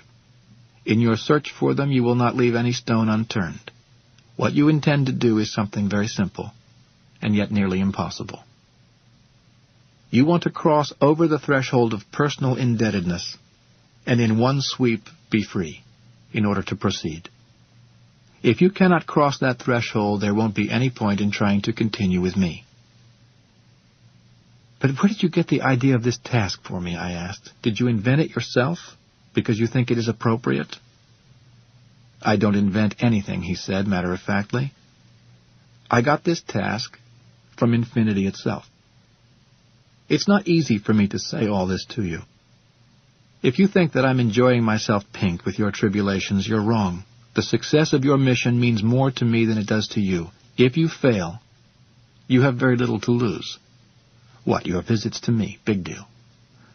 But I would lose you, and that means to me losing either the continuity of my lineage or the possibility of your closing it with a golden key. Don Juan stopped talking. He always knew when my mind became feverish with thoughts. I have told you over and over that warriors are pragmatists, he went on. They are not involved in sentimentalism or nostalgia or melancholy. For warriors there is only struggle, and it is a struggle with no end. If you think that you have come here to find peace, or that this is a lull in your life, you're wrong. This task of paying your debts is not guided by any feelings that you know about. It is guided by the purest sentiment, the sentiment of a warrior who is about to dive into infinity. And just before he does, he turns around to say thank you to those who favored him. You must face this task with all the gravity it deserves, he continued. It is your last stop before infinity swallows you. In fact, unless a warrior is in a sublime state of being, infinity will not touch him with a 10-foot pole. So don't spare yourself, don't spare any effort. Push it mercilessly, but elegantly, all the way through. I had met the two people Don Juan had referred to as my two friends who meant so much to me while going to junior college. I used to live in the garage apartment of the house belonging to Patricia Turner's parents. In exchange for room and board, I took care of vacuuming the pool, raking the leaves, putting the trash out, and making breakfast for Patricia and myself. I was also the handyman in the house as well as the family chauffeur. I drove Mrs. Turner to do her shopping, and I bought liquor for Mr. Turner, which I had to sneak into the house and then into his studio. He was an insurance executive who was a solitary drinker. He had promised his family that he was not going to touch the bottle ever again after some serious family altercations due to his excessive drinking. He confessed to me that he had tapered off enormously, but that he needed a swig from time to time. His studio was, of course, off-limits to everybody except me. I was supposed to go in to clean it, but what I really did was hide his bottles inside a beam that appeared to support an arch in the ceiling in the studio, but that was actually hollow. I had to sneak the bottles in and sneak the empties out and dump them at the market. Patricia was a drama and music major in college and a fabulous singer. Her goal was to sing in musicals on Broadway. It goes without saying that I fell head over heels in love with Patricia Turner. She was very slim and athletic, a brunette with angular features and about a head taller than I am, my ultimate rebel with no end. If you think that you have come here to find peace, or that this is a lull in your life, you're wrong. This task of paying your debts is not guided by any feelings that you know about. It is guided by the purest sentiment, the sentiment of a warrior who is about to dive into infinity. And just before he does, he turns around to say thank you to those who favored him. You must face this task with all the gravity it deserves, he continued. It is your last stop before infinity swallows you. In fact, unless a warrior is in a sublime state of being, infinity will not touch him with a 10-foot pole. So don't spare yourself, don't spare any effort. Push it mercilessly, but elegantly, all the way through. I had met the two people Don Juan had referred to as my two friends who meant so much to me while going to junior college. I used to live in the garage apartment of the house belonging to Patricia Turner's parents. In exchange for room and board, I took care of vacuuming the pool, raking the leaves, putting the trash out, and making breakfast for Patricia and myself. I was also the handyman in the house as well as the family chauffeur. I drove Mrs. Turner to do her shopping, and I bought liquor for Mr. Turner, which I had to sneak into the house and then into his studio. He was an insurance executive who was a solitary drinker. He had promised his family that he was not going to touch the bottle ever again after some serious family altercations due to his excessive drinking. He confessed to me that he had tapered off enormously, but that he needed a swig from time to time. His studio was, of course, off-limits to everybody except me. I was supposed to go in to clean it, but what I really did was hide his bottles inside a beam that appeared to support an arch in the ceiling in the studio, but that was actually hollow. I had to sneak the bottles in and sneak the empties out and dump them at the market. Patricia was a drama and music major in college and a fabulous singer. Her goal was to sing in musicals on Broadway. It goes without saying that I fell head over heels in love with Patricia Turner. She was very slim and athletic, a brunette with angular features and about a head taller than I am, my ultimate requisite for going bananas over any woman. I seemed to fulfill a deep need in her, the need to nurture someone, especially after she realized that her daddy trusted me implicitly. She became my little mommy. I couldn't even open my mouth without her consent. She watched me like a hawk. She even wrote term papers for me, read textbooks, and gave me synopses of them. And I liked it, but not because I wanted to be nurtured. I don't think that that need was ever part of my cognition. I relished the fact that she did it. I relished her company. She used to take me to the movies daily. She had passes to all the big movie theaters in Los Angeles, given to her father courtesy of some movie moguls. Mr. Turner never used them himself. He felt that it was beneath his dignity to flash movie passes. The movie clerks always made the recipients of such passes sign a receipt. Patricia had no qualms about signing anything, but sometimes the nasty clerks wanted Mr. Turner to sign. And when I went to do that, they were not satisfied with only the signature of Mr. Turner. They demanded a driver's license. One of them, a sassy young guy, made a remark that cracked him up, and me too, but which sent Patricia into a fit of fury. "I think you're Mr. Turd," he said, with the nastiest smile you could imagine, "not Mr. Turner." I could have sloughed off the remark, but then he subjected us to the profound humiliation of refusing us entrance to see Hercules, starring Steve Reeves. Usually we went everywhere with Patricia's best friend, Sandra Flanagan, who lived next door with her parents. Sandra was quite the opposite of Patricia. She was just as tall, but her face was round, with rosy cheeks and a sensuous mouth. She was healthier than a raccoon. She had no interest in singing. She was only interested in the sensual pleasures of the body. She could eat and drink anything, and digest it. And the feature that finished me off about her, after she had polished off her own plate, she managed to do the same with mine, a thing that, being a picky eater, I had never been able to do in all my life. She was also extremely athletic, but in a rough, wholesome way. She could punch like a man and kick like a mule. As a courtesy to Patricia, I used to do the same chores for Sandra's parents that I did for hers, vacuuming their pool, raking the leaves from their lawn, taking the trash out on trash day, and incinerating papers and flammable trash. That was the time in Los Angeles when the air pollution was increased by the use of backyard incinerators. Perhaps it was because of the proximity or the ease of those young women that I ended up madly in love with both of them. I went to seek advice from a very strange young man who was my friend, Nicholas Van Houten. He had 2 girlfriends, and he lived with both of them, apparently in a state of bliss. He began by giving me, he said, the simplest advice: how to behave in a movie theater if you had 2 girlfriends. He said that whenever he went to a movie with his 2 girlfriends, all his attention was always centered on whoever sat to his left. After a while, the 2 girls would go to the bathroom, and on their return, he would have them change the seating arrangement. Anna would sit where Betty had been sitting, and nobody around them was the wiser. He assured me that this was the first step in a long process of breaking the girls into a matter-of-fact acceptance of the trio situation. Nicholas was rather corny, and he used that trite French expression, ménage à trois. I followed his advice and went to a theater that showed silent movies on Fairfax Avenue in Los Angeles with Patricia and Sandy. I sat Patricia to my left and poured all my attention on her. The 2 girls went to the bathroom, and when they returned, I told them to switch places. I started then to do what Nicholas Van Houten had advised, but Patricia would not put up with any nonsense like that. She stood up and left the theater, offended, humiliated, and raving mad. I wanted to run after her and apologize, but Sandra stopped me. "Let her go," she said with a poisonous smile. "She's a big girl. She has enough money to get a taxi and go home." I fell for it and remained in the theater kissing Sandra, rather nervously, and filled with guilt. I was in the middle of a passionate kiss when I felt someone pulling me backward by the hair. It was Patricia. The row of seats was loose and tilted backward. Athletic Patricia jumped out of the way before the seats where we were sitting crashed on the row of seats behind. I heard the frightened screams of 2 movie watchers who were sitting at the end of the row, by the aisle. Nicholas Van Houten's tip was miserable advice. Patricia, Sandra, and I returned home in absolute silence.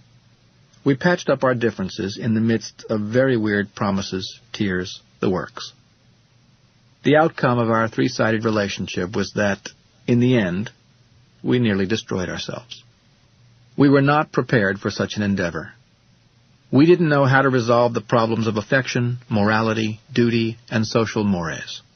I couldn't leave one of them for the other, and they couldn't leave me. One day, at the climax of a tremendous upheaval, and out of sheer desperation, all 3 of us fled in different directions, never to see one another again. I felt devastated. Nothing of what I did could erase their impact on my life. I left Los Angeles and got busy with endless things in an effort to placate my longing. Without exaggerating in the least, I can sincerely say that I fell into the depths of hell, I believed never to emerge again. If it hadn't been for the influence that Don Juan had on my life and my person, I would never have survived my private demons.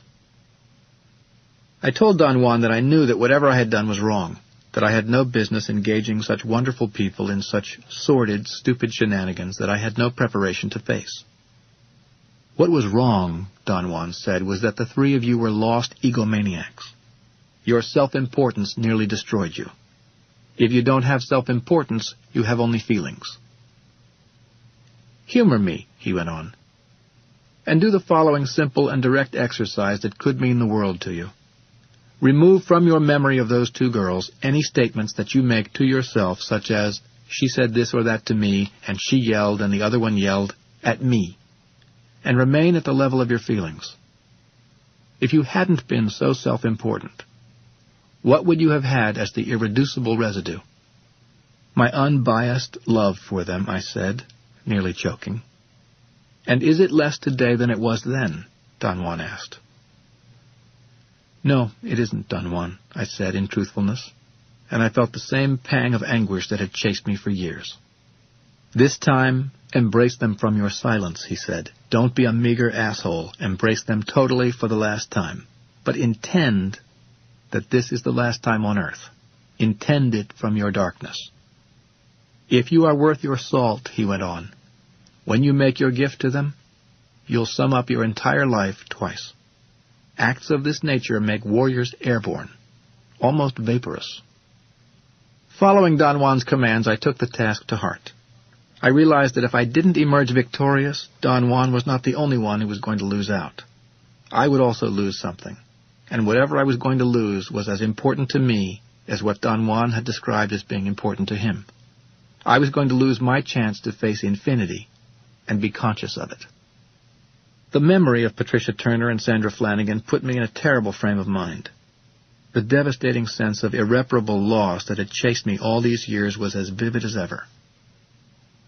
When Don Juan exacerbated that feeling, I knew for a fact that there are certain things that can remain with us, in Don Juan's terms, for life, and perhaps beyond.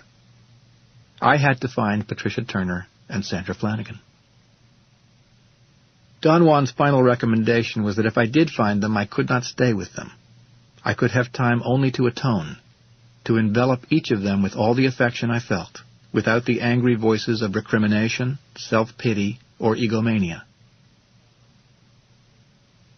I embarked on the colossal task of finding out what had become of them, where they were. I began by asking questions of the people who knew their parents. Their parents had moved out of Los Angeles, and nobody could give me a lead as to where to find them. There was no one to talk to. I thought of putting a personal ad in the paper, but then I thought that perhaps they had moved out of California. I finally had to hire a private investigator. Through his connections with official offices of records and whatnot, he located them within a couple of weeks. They lived in New York, a short distance from one another, and their friendship was as close as it had ever been. I went to New York and tackled Patricia Turner first. She hadn't made it to stardom on Broadway the way she had wanted to, but she was part of a production. I didn't want to know whether it was in the capacity of a performer or as management. I visited her in her office. She didn't tell me what she did. She was shocked to see me. What we did was just sit together and hold hands and weep. I didn't tell her what I did either. I said that I had come to see her because I wanted to give her a gift that would express my gratitude, and that I was embarking on a journey from which I did not intend to come back. "Why such ominous words?" she asked, apparently genuinely alarmed. "What are you planning to do? Are you ill? You don't look ill." It was a metaphorical statement, I assured her. "I'm going back to South America, and I intend to seek my fortune there. The competition is ferocious, and the circumstances are very harsh, that's all. If I want to succeed, I will have to give all I have to it." She seemed relieved and hugged me. She looked the same, except much bigger, much more powerful, more mature, very elegant. I kissed her hands, and the most overwhelming affection enveloped me. Don Juan was right. Deprived of recriminations, all I had were feelings. "I want to make you a gift, Patricia Turner," I said. "Ask me anything you want, and if it is within my means, I'll get it for you." "Did you strike it rich?" she said, and laughed. "What's great about you is that you never had anything, and you never will. Sandra and I talk about you nearly every day. We imagine you parking cars, living off women, etc., etc. I'm sorry we can't help ourselves, but we still love you." I insisted that she tell me what she wanted. She began to weep and laugh at the same time. "Are you going to buy me a mink coat?" she asked me between sobs. I ruffled her hair and said that I would. "If you don't like it, you take it back to the store and get the money back," I said. She laughed and punched me the way she used to. She had to go back to work, and we parted after I promised her that I would come back again to see her, but that if I didn't, I wanted her to understand that the force of my life was pulling me every which way. Yet I would keep the memory of her in me for the rest of my life, and perhaps beyond. I did return, but only to see from a distance how they delivered the mink coat to her. I heard her screams of delight. That part of my task was finished. I left, but I wasn't vaporous, the way Don Juan had said I was going to be. I had opened up an old wound, and it had started to bleed. It wasn't quite raining outside. It was a fine mist that seemed to penetrate all the way to the marrow of my bones. Next, I went to see Sandra Flanagan. She lived in one of the suburbs of New York that is reached by train. I knocked on her door. Sandra opened it and looked at me as if I were a ghost. All the color drained out of her face. She was more beautiful than ever, perhaps because she had filled out and looked as big as a house. "Why, you, she stammered, not quite capable of articulating my name. She sobbed, and she seemed indignant and reproachful for a moment. I didn't give her the chance to continue. My silence was total. In the end, it affected her. She let me in, and we sat down in her living room. "What are you doing here?" she said, quite a bit calmer. "You can't stay. I'm a married woman. I have 3 children, and I'm very happy in my marriage." Shooting her words out rapidly like a machine gun, she told me that her husband was very dependable, not too imaginative, but a good man, that he was not sensual, that she had to be very careful because he tired very easily when they made love, that he got sick easily and sometimes couldn't go to work, but that he had managed to produce 3 beautiful children, and that after her 3rd child, her husband, whose name seemed to be Herbert, had just simply quit. He didn't have it anymore, but it didn't matter to her. I tried to calm her down by assuring her over and over that I had come to visit her only for a moment, that it was not my intention to alter her life or to bother her in any way. I described to her how hard it had been to find her. "I have come here to say goodbye to you," I said, "and to tell you that you are the love of my life. I want to make you a token gift, a symbol of my gratitude and my undying affection." She seemed to be deeply affected. She smiled openly the way she used to. The separation between her teeth made her look childlike. I commented to her that she was more beautiful than ever, which was the truth to me. She laughed and said she was going on a strict diet, and if she had known that I was coming to see her, she would have started her diet a long time ago. But she would start now, and I would find her the next time as lean as she had always been. She reiterated the horror of our life together and how profoundly affected she had been. She had even thought, in spite of being a devout Catholic, of committing suicide. But she had found in her children the solace that she needed. Whatever we had done were quirks of youth that would never be vacuumed away, but had to be swept under the rug. When I asked if there was some gift that I could make to her as a token of my gratitude and affection for her, she laughed and said exactly what Patricia Turner had said, that I didn't have a pot to piss in, nor would I ever have one, because that's the way I was made. I insisted that she name something. "Can you buy me a station wagon where all my children would fit?" she said, laughing. "I want a Pontiac, or an Oldsmobile, with all the trimmings." She said that, knowing in her heart of hearts that I could not possibly make her such a gift. But I did. I drove the dealer's car, following him as he delivered the station wagon to her the next day, and parked nearby, hidden by some trees. From there I heard her surprise, but congruous with her sensual being, her surprise was not an expression of delight. It was a bodily reaction, a sob of anguish, of bewilderment. She cried, but I knew that she was not crying because she had received the gift. She was expressing a longing that had echoes in me. I crumpled in the seat of the car. On my train ride to New York and my flight to Los Angeles, the feeling that persisted was that my life was running out. It was running out of me like clutched sand. I didn't feel in any way liberated or changed by saying thank you and goodbye. Quite the contrary, I felt the burden of that weird affection more deeply than ever. I felt like weeping. What ran through my mind over and over were the titles that my friend Rodrigo Cummings had invented for books that were never to be written. He specialized in writing titles. His favorite was, "We'll All Die in Hollywood." Another was, "We'll Never Change." And my favorite, the one that I bought for $10, was, "From the Life and Sins of Rodrigo Cummings." All those titles played in my mind. I was Rodrigo Cummings, and I was stuck in time and space. And I did love two women more than my life, and that would never change. And, like the rest of my friends, I would die in Hollywood. I told Don Juan all of this in my report of what I considered to be my pseudo-success. He discarded it shamelessly. He said that what I felt was merely the result of indulging and self-pity, and that in order to say goodbye and thank you and really mean it and sustain it, sorcerers had to remake themselves. "Vanquish your self-pity right now," he demanded. "Vanquish the idea that you are hurt, and what do you have as the irreducible residue?"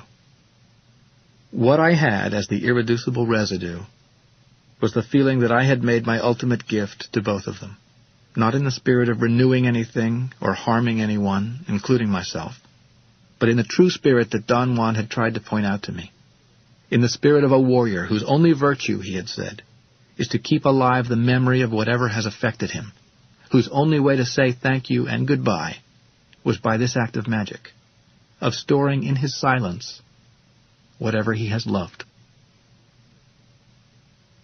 Fourth story.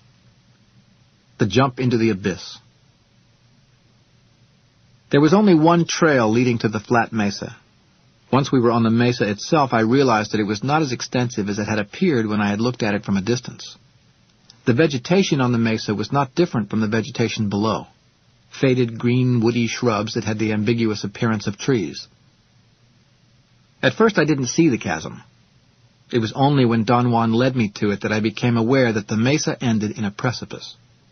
It wasn't really a mesa, but merely the flat top of a good-sized mountain. The mountain was round and eroded on its east and south faces. However, on part of its west and north sides, it seemed to have been cut with a knife. From the edge of the precipice, I was able to see the bottom of the ravine, perhaps 600 feet below. It was covered with the same woody shrubs that grew everywhere. A whole row of small mountains to the south and to the north of that mountaintop gave the clear impression that they had been part of a gigantic canyon, millions of years old, dug out by a no longer existing river. The edges of that canyon had been erased by erosion. At certain points they had been leveled with the ground. The only portion still intact was the area where I was standing. "It's solid rock," Don Juan said, as if he were reading my thoughts. He pointed with his chin toward the bottom of the ravine.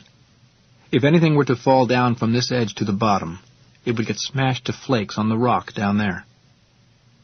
This was the initial dialogue between Don Juan and myself that day on that mountaintop. Prior to going there, he had told me that his time on Earth had come to an end. He was leaving on his definitive journey. His statements were devastating to me. A most peculiar interplay between different levels of my awareness took place then. Don Juan, his cohort Don Genaro, 2 of his apprentices, Pablito and Nestor, and I had climbed to that mountaintop. Pablito, Nestor, and I were there to take care of our last task as apprentices, to jump into an abyss, a most mysterious affair, which Don Juan had explained to me at various levels of awareness, but which has remained an enigma to me to this day. Don Juan jokingly said that I should get my writing pad and start taking notes about our last moments together. He gently poked me in the ribs and assured me, as he hid his laughter, that it would have been only proper, since I had started on the warrior's path by taking notes. Don Genaro cut in and said that other warriors before us had stood on that same flat mountaintop before embarking on their journey to the unknown. Don Juan turned to me and in a soft voice said that soon I would be entering into infinity by the force of my personal power, and that he and Don Genaro were there only to bid me farewell. Don Genaro cut in again and said that I was there also to do the same for them. "Once you have entered into infinity," Don Juan said, "you can't depend on us to bring you back. Your decision is needed then. Only you can decide whether or not to return. I must also warn you that few warriors survive this type of encounter with infinity. Infinity is enticing beyond belief. A warrior finds that to return to the world of disorder, compulsion, noise, and pain is a most unappealing affair.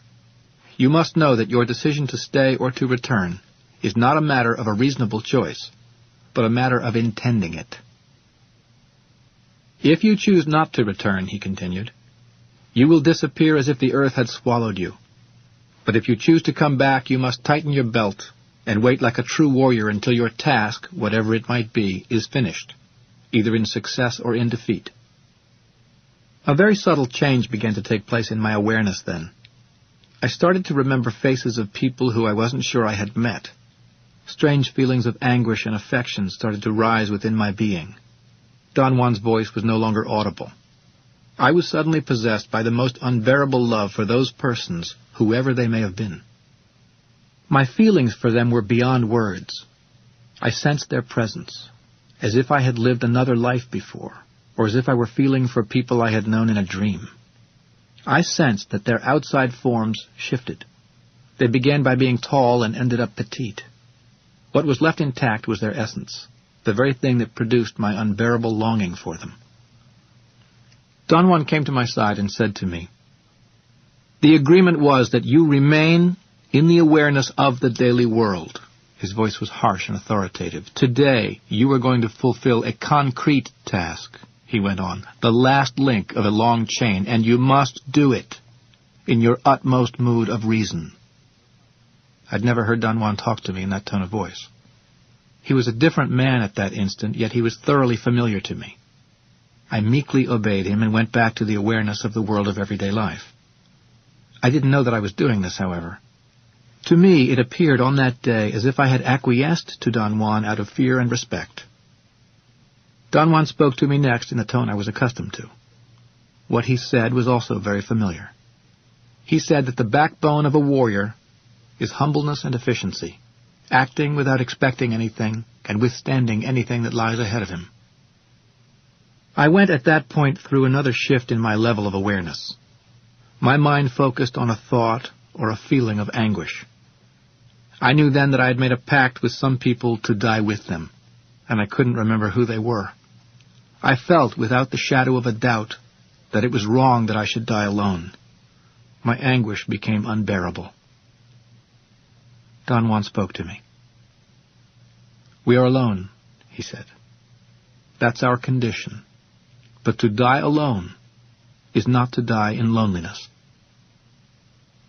I took big gulps of air to erase my tension. As I breathed deeply, my mind became clear. "The great issue with us males is our frailty," he went on. "When our awareness begins to grow, it grows like a column, right on the midpoint of our luminous being, from the ground up. That column has to reach a considerable height before we can rely on it. At this time in your life, as a sorcerer, you easily lose your grip on your new awareness. When you do that, you forget everything you have done and seen on the warrior's path, because your consciousness shifts back to the awareness of your everyday life.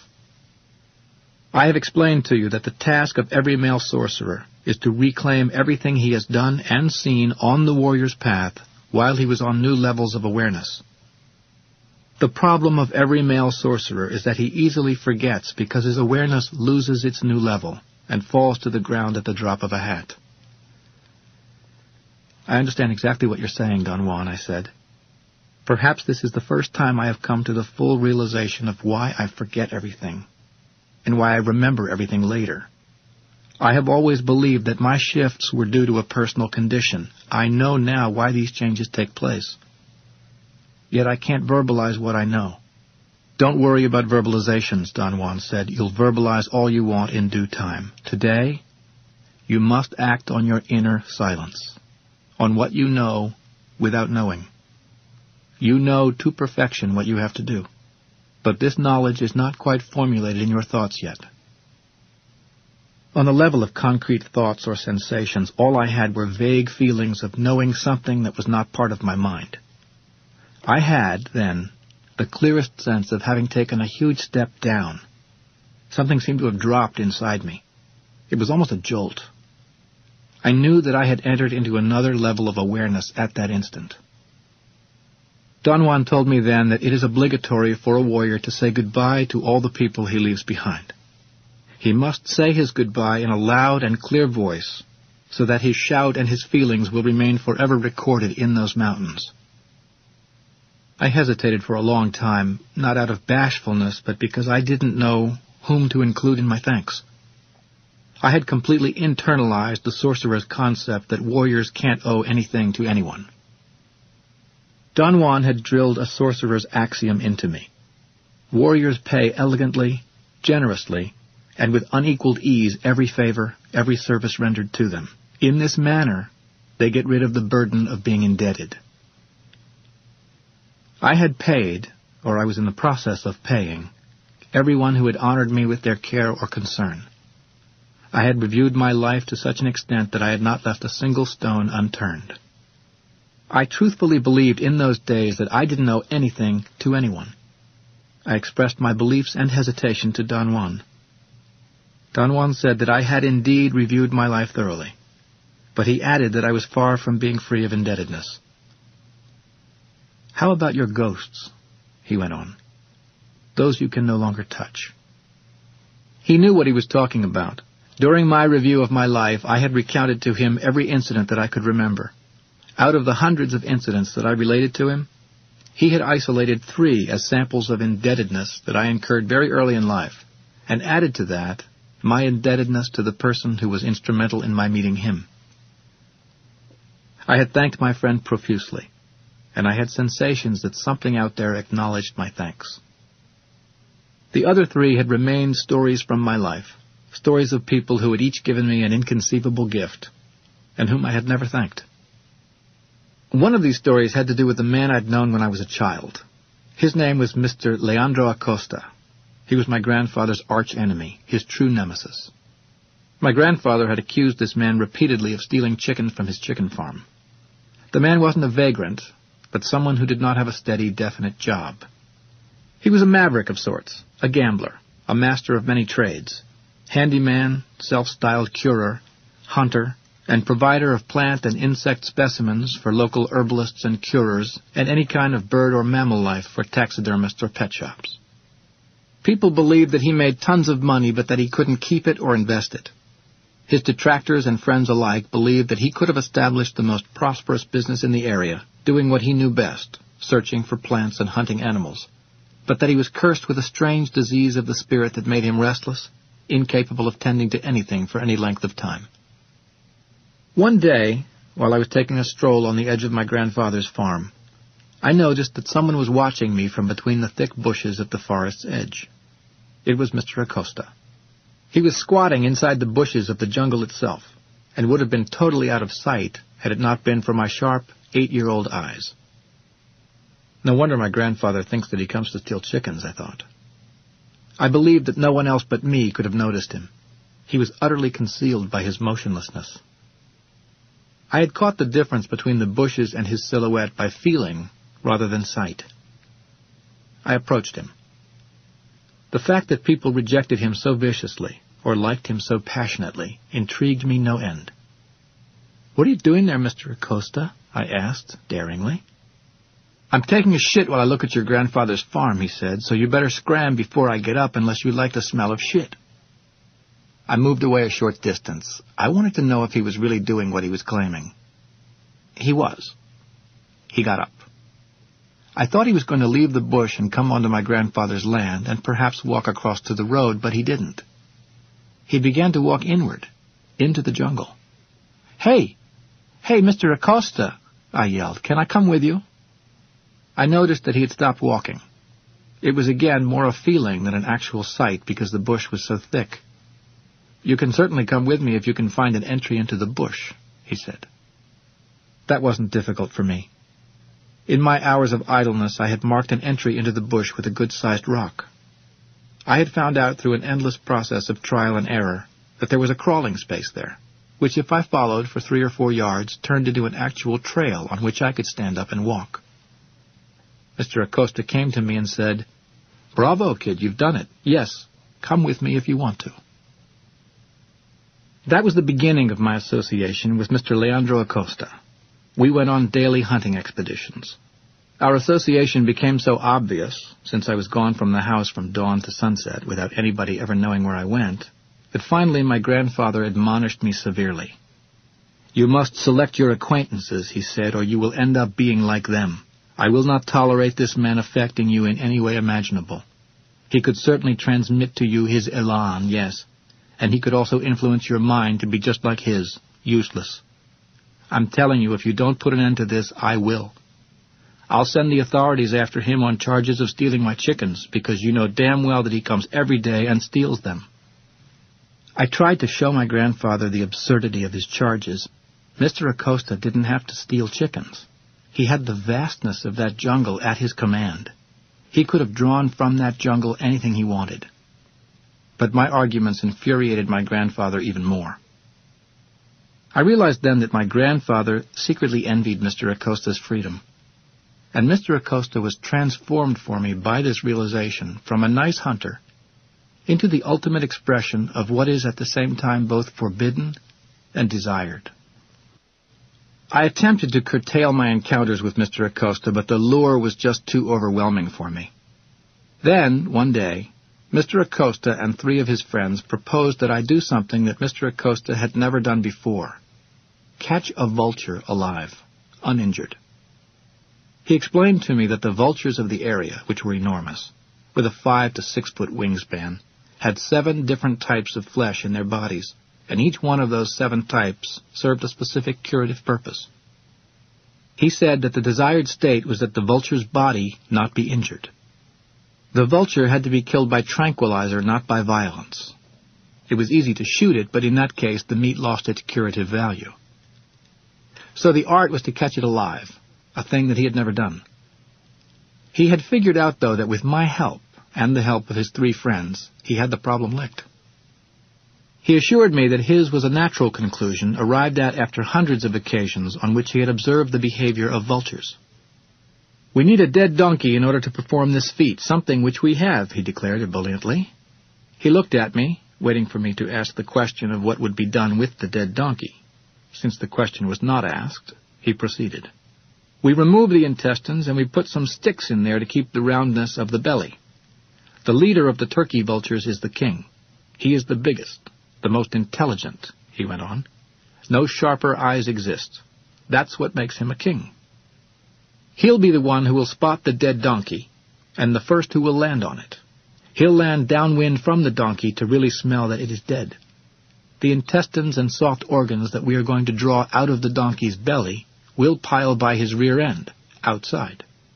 This way it looks like a wildcat has already eaten some of it. Then, lazily, the vulture will come closer to the donkey. He'll take his time. He'll come hopping, flying, and then he will land on the dead donkey's hip and begin to rock the donkey's body. He would turn it over if it were not for the 4 sticks that we will stake into the ground as part of the armature. He'll stand on the hip for a while. That will be the clue for other vultures to come and land there in the vicinity. Only when he has 3 or 4 of his companions down with him will the king vulture begin his work. "And what is my role in all this, Mr. Acosta?" I asked. "You hide inside the donkey," he said with a deadpan expression. "Nothing to it. I give you a pair of specially designed leather gloves, and you sit there and wait until the king turkey vulture rips the anus of the dead donkey open with his enormous, powerful beak and sticks his head in to begin eating. Then you grab him by the neck with both hands and don't let go. My 3 friends and I will be hiding on horseback in a deep ravine. I'll be watching the operation with binoculars.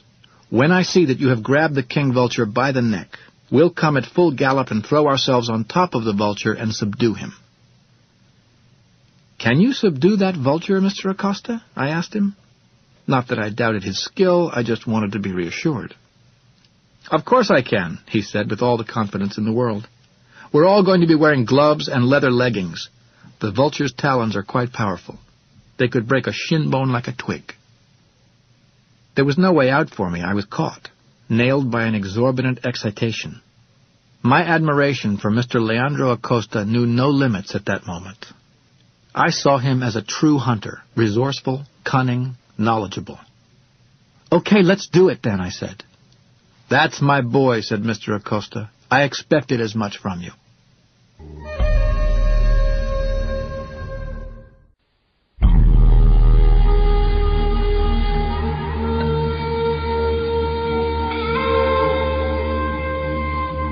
He had put a thick blanket behind his saddle, and one of his friends just lifted me up and put me on Mr. Acosta's horse, right behind the saddle, sitting on the blanket.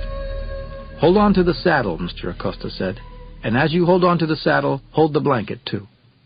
We took off at a leisurely trot. We rode for perhaps an hour until we came to some flat, dry, desolate lands. We stopped by a tent that resembled a vendor's stand in a market. It had a flat roof for shade. Underneath that roof was a dead brown donkey. It didn't seem that old. It looked like an adolescent donkey. Neither Mr. Acosta nor his friends explained to me whether they had found or killed the dead donkey. I waited for them to tell me, but I wasn't going to ask. While they made the preparations, Mr. Acosta explained that the tent was in place because vultures were on the lookout from huge distances out there, circling very high, out of sight but certainly capable of seeing everything that was going on. "Those creatures are creatures of sight alone," Mr. Acosta said. "They have miserable ears, and their noses are not as good as their eyes. We have to plug every hole of the carcass. I don't want you to be peeking out of any hole, because they will see your eye and never come down. They must see nothing." They put some sticks inside the donkey's belly and crossed them, leaving enough room for me to crawl in. At one moment I finally ventured the question that I was dying to ask. "Tell me, Mr. Acosta, this donkey surely died of illness, didn't he? Do you think its disease could affect me?" Mr. Acosta raised his eyes to the sky. "Come on, you cannot be that dumb. Donkeys' diseases cannot be transmitted to man. Let's live this adventure and not worry about stupid details. If I were shorter, I'd be inside that donkey's belly myself. Do you know what it is to catch the king of turkey buzzards?" I believed him. His words were sufficient to set up a cloak of unequaled confidence over me. I wasn't going to get sick and miss the event of events. The dreaded moment came when Mr. Acosta put me inside the donkey. Then they stretched the skin over the armature and began to sew it closed. They left, nevertheless, a large area open at the bottom, against the ground, for air to circulate in. The horrendous moment for me came when the skin was finally closed over my head like the lid of a coffin. I breathed hard, thinking only about the excitement of grabbing the king of vultures by the neck. Mr. Acosta gave me last-minute instructions. He said that he would let me know by a whistle that resembled a bird call when the king vulture was flying around and when it had landed, so as to keep me informed and prevent me from fretting or getting impatient. Then I heard them pulling down the tent, followed by their horses galloping away. It was a good thing that they hadn't left a single space open to look out from, because that's what I would have done. The temptation to look up and see what was going on was nearly irresistible. A long time went by in which I didn't think of anything. Then I heard Mr. Acosta's whistling, and I presumed the king vulture was circling around. My presumption turned to certainty when I heard the flapping of powerful wings, and then, suddenly, the dead donkey's body began to rock as if it were in a windstorm. Then I felt a weight on the donkey's body, and I knew that the king vulture had landed on the donkey and was not moving anymore. I heard the flapping of other wings and the whistling of Mr. Acosta in the distance. Then I braced myself for the inevitable. The body of the donkey began to shake as something started to rip the skin. Then, suddenly, a huge, ugly head with a red crest, an enormous beak, and a piercing open eye burst in. I yelled with fright and grabbed the neck with both hands. I think I stunned the king vulture for an instant because he didn't do anything, which gave me the opportunity to grab his neck even harder, and then all hell broke loose. He ceased to be stunned and began to pull with such force that I was smashed against the structure, and in the next instant I was partially out of the donkey's body, armature and all, holding onto the neck of the invading beast for dear life. I heard Mr. Acosta's galloping horse in the distance. I heard him yelling, "Let go, boy! Let go! He's going to fly away with you!" The king vulture indeed was going to either fly away with me holding onto his neck, or rip me apart with the force of his talons. The reason he couldn't reach me was because his head was sunk halfway into the viscera and the armature. His talons kept slipping on the loose intestines, and they never actually touched me. Another thing that saved me was that the force of the vulture was involved in pulling his neck out from my clasp, and he could not move his talons far forward enough to really injure me. The next thing I knew, Mr. Acosta had landed on top of the vulture at the precise moment that my leather gloves came off my hands. Mr. Acosta was beside himself with joy. "We've done it, boy! We've done it!" he said. "The next time we will have longer stakes on the ground that the vulture cannot yank out, and you will be strapped to the structure." My relationship with Mr. Acosta had lasted long enough for us to catch a vulture. Then my interest in following him disappeared as mysteriously as it had appeared, and I never really had the opportunity to thank him for all the things that he had taught me. Don Juan said that he had taught me the patience of a hunter at the best time to learn it. And above all, he had taught me to draw from solitariness all the comfort that a hunter needs. "You cannot confuse solitude with solitariness," Don Juan explained to me once. "Solitude, for me, is psychological, of the mind. Solitariness is physical. One is debilitating, the other comforting." For all this, Don Juan had said, I was indebted to Mr. Acosta forever, whether or not I understood indebtedness the way warriors understand it. The second person Don Juan thought I was indebted to was a 10-year-old child I'd known growing up. His name was Armando Velez. Just like his name, he was extremely dignified, starchy, a little old man. I liked him very much because he was firm and yet very friendly. He was someone who could not easily be intimidated. He would fight anyone if he needed to, and yet he was not a bully at all. The two of us used to go on fishing expeditions. We used to catch very small fish that lived under rocks and had to be gathered by hand. We would put the tiny fish we caught to dry in the sun and eat them raw, all day sometimes. I also liked the fact that in addition to being resourceful and clever, he was ambidextrous. He could throw a rock with his left hand farther than with his right. We had endless competitive games in which, to my ultimate chagrin, he always won.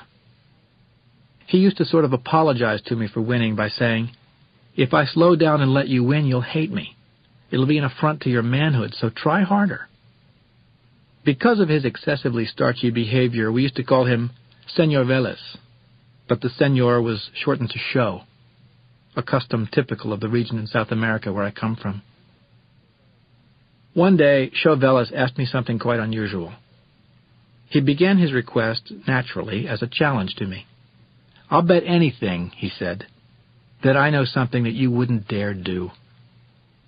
"What are you talking about, Show Velez?" "You wouldn't dare go down a river in a raft." "Oh, yes, I would. I've done it in a flooded river. I got stranded on an island for 8 days once. They had to drift food to me." This was the truth. My other best friend was a child nicknamed Crazy Shepherd. We got stranded in a flood on an island once with no way for anyone to rescue us. Townspeople expected the flood to overrun the island and kill us both. They drifted baskets of food down the river in the hope that they would land on the island, which they did.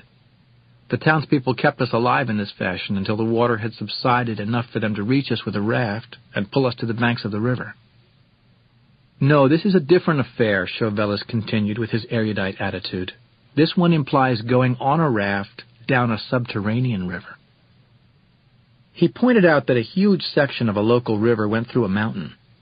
That subterranean section of the river had always been a most intriguing place for me. Its entrance into the mountain was a foreboding cave of considerable size, always filled with bats and smelling of ammonia. Children of the area were told that it was the entrance to hell. Sulfur fumes, heat, stench. "You bet your friggin' boots, Chauvelis, that I will never go near that river in my lifetime," I yelled. "Not in 10 lifetimes. You have to be really crazy to do something like that." Chauvelis's serious face got even more solemn. "Oh," he said, "then I will have to do it all by myself. I thought for a minute that I could goad you into going with me. I was wrong. My loss." "Hey, Chauvelis, what's with you? Why in the world would you go into that hellish place?" "I have to," he said in his gruff little voice. "You see, my father would be as crazy as you are, except that he is a father and a husband. He has 6 people who depend on him. Otherwise, he would be as crazy as a goat. My 2 sisters, my 2 brothers, my mother, and I depend on him. He is everything to us." I didn't know who Chauvelis' father was. I had never seen him. I didn't even know what he did for a living. Chauvelis revealed that his father was a businessman and that everything that he owned was on the line, so to speak. "My father has constructed a raft and wants to go," Chauvelis continued. "He wants to make that expedition. My mother says that he's just letting off steam, but I don't trust him. I have seen your crazy look in his eyes. One of these days he'll do it, and I'm sure that he'll die. So, I'm going to take his raft and go into that river myself. I know that I will die, but my father won't." I felt something like an electric shock go through my neck, and I heard myself saying in the most agitated tone one can imagine, "I'll do it, Chauvelis, I'll do it. Yes, it'll be great. I'll go with you." Chauvelis had a smirk on his face. I understood it as a smirk of happiness at the fact that I was going with him, not at the fact that he had succeeded in luring me. He expressed that feeling in his next sentence. "I know that if you are with me, I will survive," he said. I didn't care whether Chauvelis survived or not. What had galvanized me was his courage. I knew that Chauvelis had the guts to do what he was saying. He and Crazy Shepherd were the only gutsy kids in town. They both had something that I considered unique and unheard of. Courage. No one else in that whole town had any. I had tested them all. As far as I was concerned, every one of them was dead, including the love of my life, my grandfather. I knew this without the shadow of a doubt when I was 10. Chauvelis's daring was a staggering realization for me. I wanted to be with him to the bitter end. We made plans to meet at the crack of dawn, which we did, and the 2 of us carried his father's lightweight raft for 3 or 4 miles out of town, into some low green mountains to the entrance of the cave where the river became subterranean. The smell of bat manure was overwhelming. We crawled on the raft and pushed ourselves into the stream. The raft was equipped with flashlights, which we had to turn on immediately. It was pitch black inside the mountain and humid and hot. The water was deep enough for the raft and fast enough that we didn't need to paddle. The flashlights would create grotesque shadows. Chauvelis whispered in my ear that perhaps it was better not to look at all, because it was truly something more than frightening. He was right. It was nauseating, oppressive. The lights stirred bats so that they began to fly around us, flapping their wings aimlessly. As we traveled deeper into the cave, we reached an area where there were not even any bats. There was only stagnant air that was heavy and hard to breathe. After what seemed like hours, we came to a sort of pool where the water was very deep. It hardly moved. It looked as if the main stream had been dammed.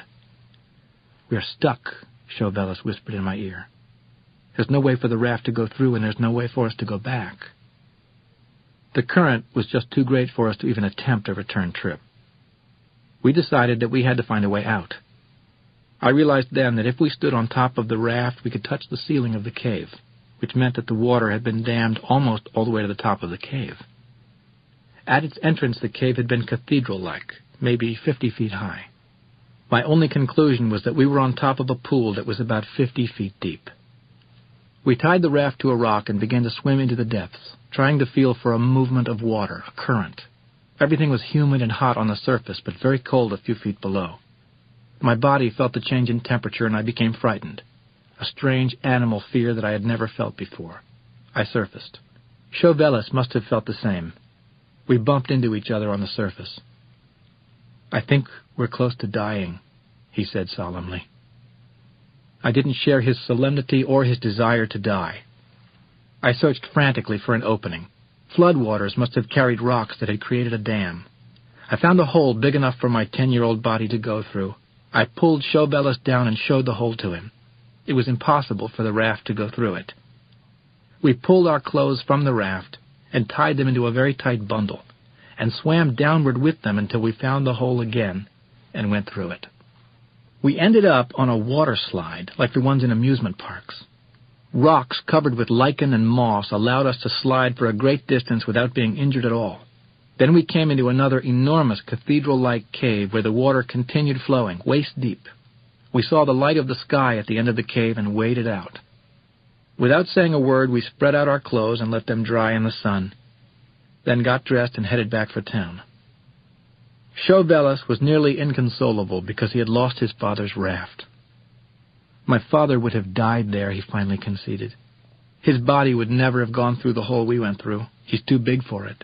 My father's a big, fat man," he said, "but he would have been strong enough to walk his way back to the entrance." I doubted it. As I remembered at times, due to the inclination, the current was astoundingly fast.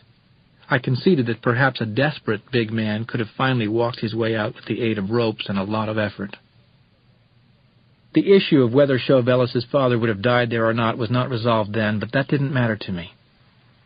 What mattered was that for the first time in my life, I had felt the sting of envy. Chauvelis was the only being I ever envied in my life.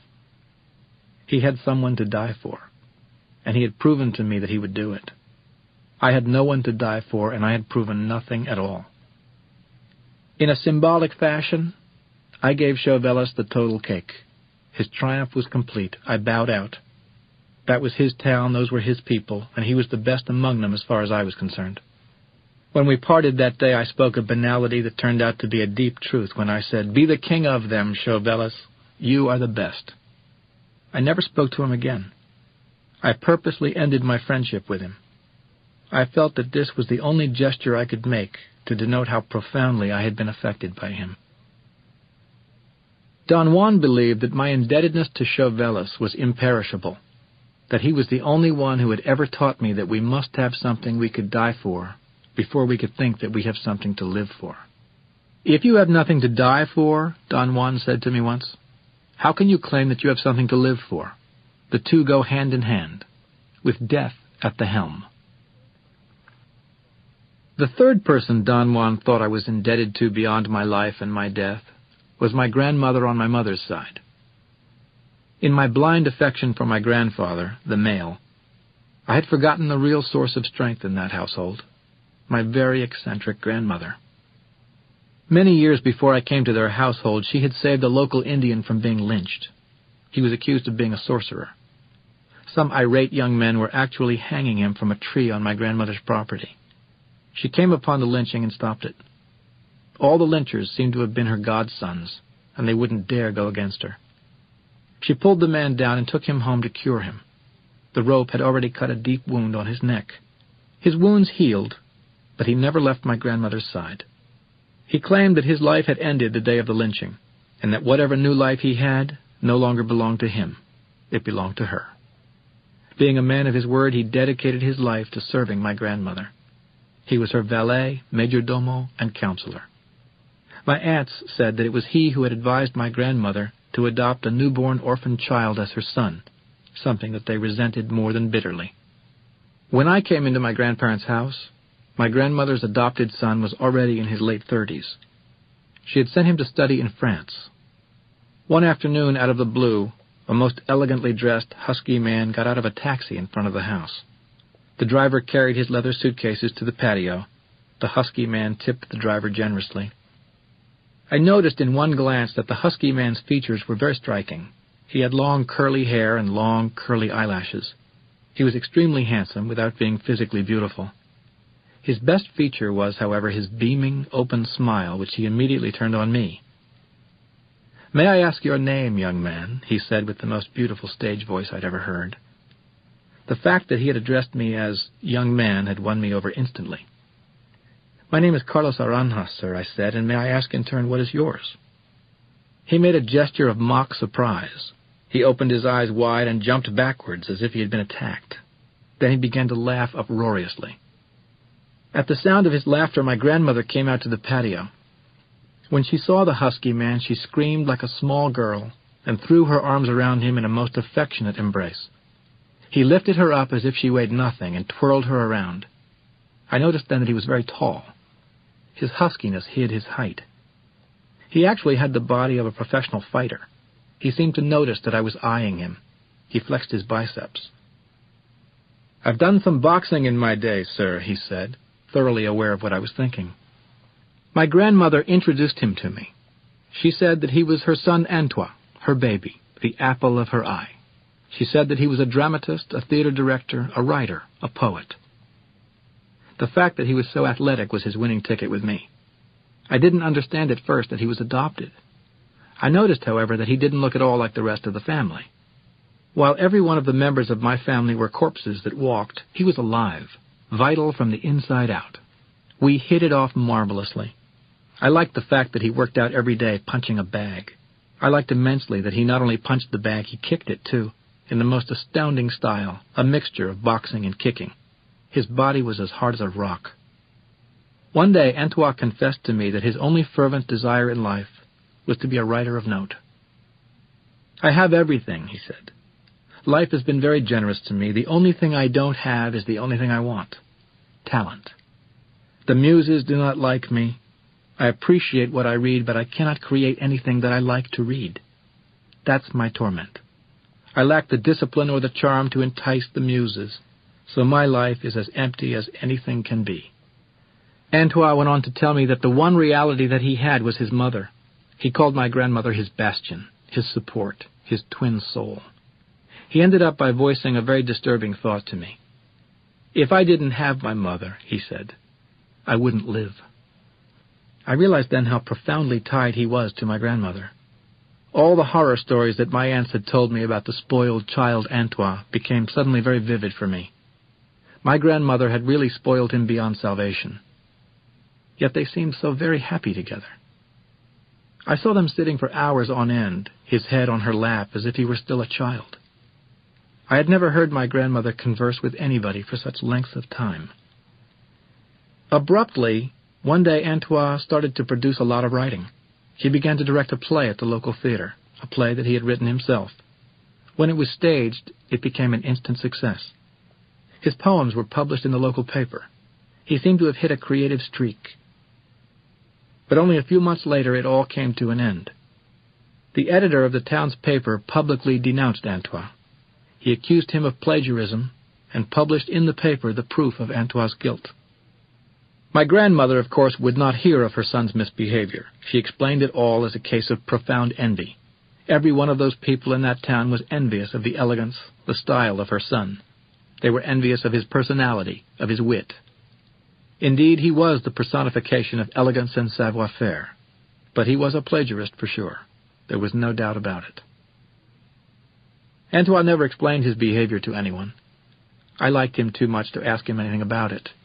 Besides, I didn't care.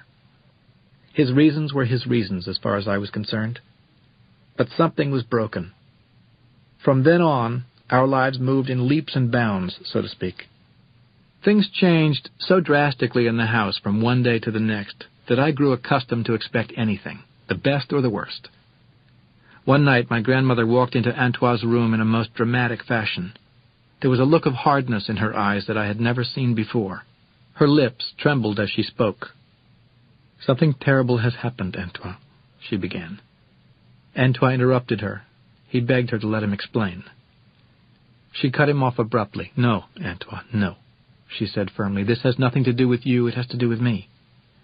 At this very difficult time for you, something of greater importance yet has happened. Antoine, my dear son, I have run out of time. I want you to understand that this is inevitable," she went on. "I have to leave, but you must remain. You are the sum total of everything that I have done in this life. Good or bad, Antoine, you are all I am. Give life a try. In the end, we will be together again anyway. Meanwhile, however, do, Antoine, do. Whatever, it doesn't matter what, as long as you do." I saw Antoine's body as it shivered with anguish. I saw how he contracted his total being, all the muscles of his body, all his strength. It was as if he had shifted gears from his problem, which was like a river, to the ocean. "Promise me that you won't die until you die," she shouted at him. Antoine nodded his head.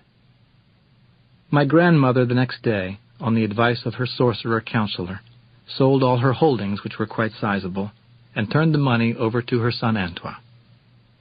And the following day, very early in the morning, the strangest scene that I had ever witnessed took place in front of my 10-year-old eyes, the moment in which Antoine said goodbye to his mother. It was a scene as unreal as the set of a moving picture. Unreal in the sense that it seemed to have been concocted, written down somewhere, created by a series of adjustments that a writer makes and a director carries out. The patio of my grandparents' house was the setting. Antoine was the main protagonist, his mother the leading actress. Antoine was traveling that day. He was going to the port. He was going to catch an Italian liner and go over the Atlantic to Europe on a leisurely cruise. He was as elegantly dressed as ever. A taxi driver was waiting for him outside the house, blowing the horn of his taxi impatiently.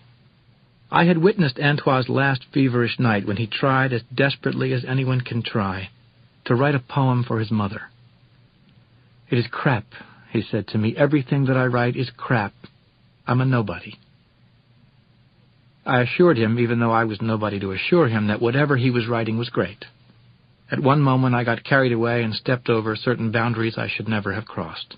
"Take it from me, Antoine," I yelled. "I'm a worse nobody than you. You have a mother. I have nothing. Whatever you are writing is fine." Very politely he asked me to leave his room. I had succeeded in making him feel stupid, having to listen to advice from a nobody kid. I bitterly regretted my outburst. I would have liked him to keep on being my friend. Antoine had his elegant overcoat neatly folded, draped over his right shoulder. He was wearing a most beautiful green suit, English cashmere. My grandmother spoke. "You have to hurry up, dear," she said. "Time is of the essence. You have to leave. If you don't, these people will kill you for the money."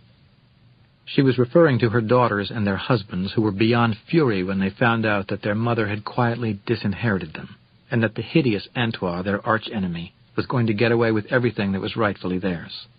"I'm sorry I have to put you through all this," my grandmother apologized, "but as you know, time is independent of our wishes." Antoine spoke with his grave, beautifully modulated voice. He sounded more than ever like a stage actor. "It'll take but a minute, Mother," he said. "I'd like to read something that I have written for you." It was a poem of thanks. When he had finished reading, he paused. There was such a wealth of feeling in the air, such a tremor. "It was sheer beauty, Antoine," my grandmother said, sighing. "It expressed everything that you wanted to say, everything that I wanted to hear." She paused for an instant. Then her lips broke into an exquisite smile. "Plagiarized, Antoine?" she asked. Antoine's smile in response to his mother was equally beaming. "Of course, Mother," he said. "Of course." They embraced, weeping. The horn of the taxi sounded more impatient yet. Antoine looked at me where I was hiding under the stairway. He nodded his head slightly as if to say, "Goodbye, take care." Then he turned around, and without looking at his mother again, he ran toward the door. He was 37 years old, but he looked like he was 60. He seemed to carry such a gigantic weight on his shoulders. He stopped before he reached the door, when he heard his mother's voice admonishing him for the last time, "Don't turn around to look, Antoine," she said. "Don't turn around to look, ever. Be happy and do. Do. There is the trick. Do." The scene filled me with a strange sadness that lasts to this day. A most inexplicable melancholy that Don Juan explained as my first-time knowledge that we do run out of time. The next day my grandmother left with her counselor, manservant, valet, on a journey to a mythical place called Rondonia, where her sorcerer helper was going to elicit her cure. My grandmother was terminally ill, although I didn't know it. She never returned, and Don Juan explained the selling of her holdings and giving them to Antoine as a supreme sorcerer's maneuver executed by her counselor to detach her from the care of her family. They were so angry with Mother for her deed that they didn't care whether or not she returned. I had the feeling that they didn't even realize that she had left. On the top of that flat mountain, I recollected those three events as if they had happened only an instant before. When I expressed my thanks to those three persons, I succeeded in bringing them back to that mountaintop. At the end of my shouting, my loneliness was something inexpressible. I was weeping uncontrollably. Don Juan very patiently explained to me that loneliness is inadmissible in a warrior. He said that warriors can count on one being on which they can focus all their love, all their care. This marvelous earth, the mother, the matrix, the epicenter of everything we are and everything we do, the very being to which all of us return, the very being that allows warriors to leave on their definitive journey. Don Genaro proceeded to perform then an act of magical intent for my benefit. Lying on his stomach, he executed a series of dazzling movements. He became a blob of luminosity that seemed to be swimming, as if the ground were a pool. Don Juan said that it was Genaro's way of hugging the immense earth, and that in spite of the difference in size, the earth acknowledged Genaro's gesture. The sight of Genaro's movements and the explanation of them replaced my loneliness with sublime joy. "I can't stand the idea that you are leaving, Don Juan," I heard myself saying. The sound of my voice and what I had said made me feel embarrassed. When I began to sob involuntarily, driven by self-pity, I felt even more chagrined. "What is the matter with me, Don Juan?" I muttered. "I'm not ordinarily like this." "What's happening to you is that your awareness is on your toes again," he replied, laughing. Then I lost any vestige of control and gave myself fully to my feelings of dejection and despair. "I'm going to be left alone," I said in a shrieking voice. "What's going to happen to me? What's going to become of me?" "Let's put it this way," Don Juan said calmly. "In order for me to leave this world and face the unknown, I need all my strength, all my forbearance, all my luck. But above all, I need every bit of a warrior's guts of steel. To remain behind and fare like a warrior, you need everything of what I myself need. To venture out there, the way we are going to, is no joking matter, but neither is it to stay behind." I had an emotional outburst and kissed his hand.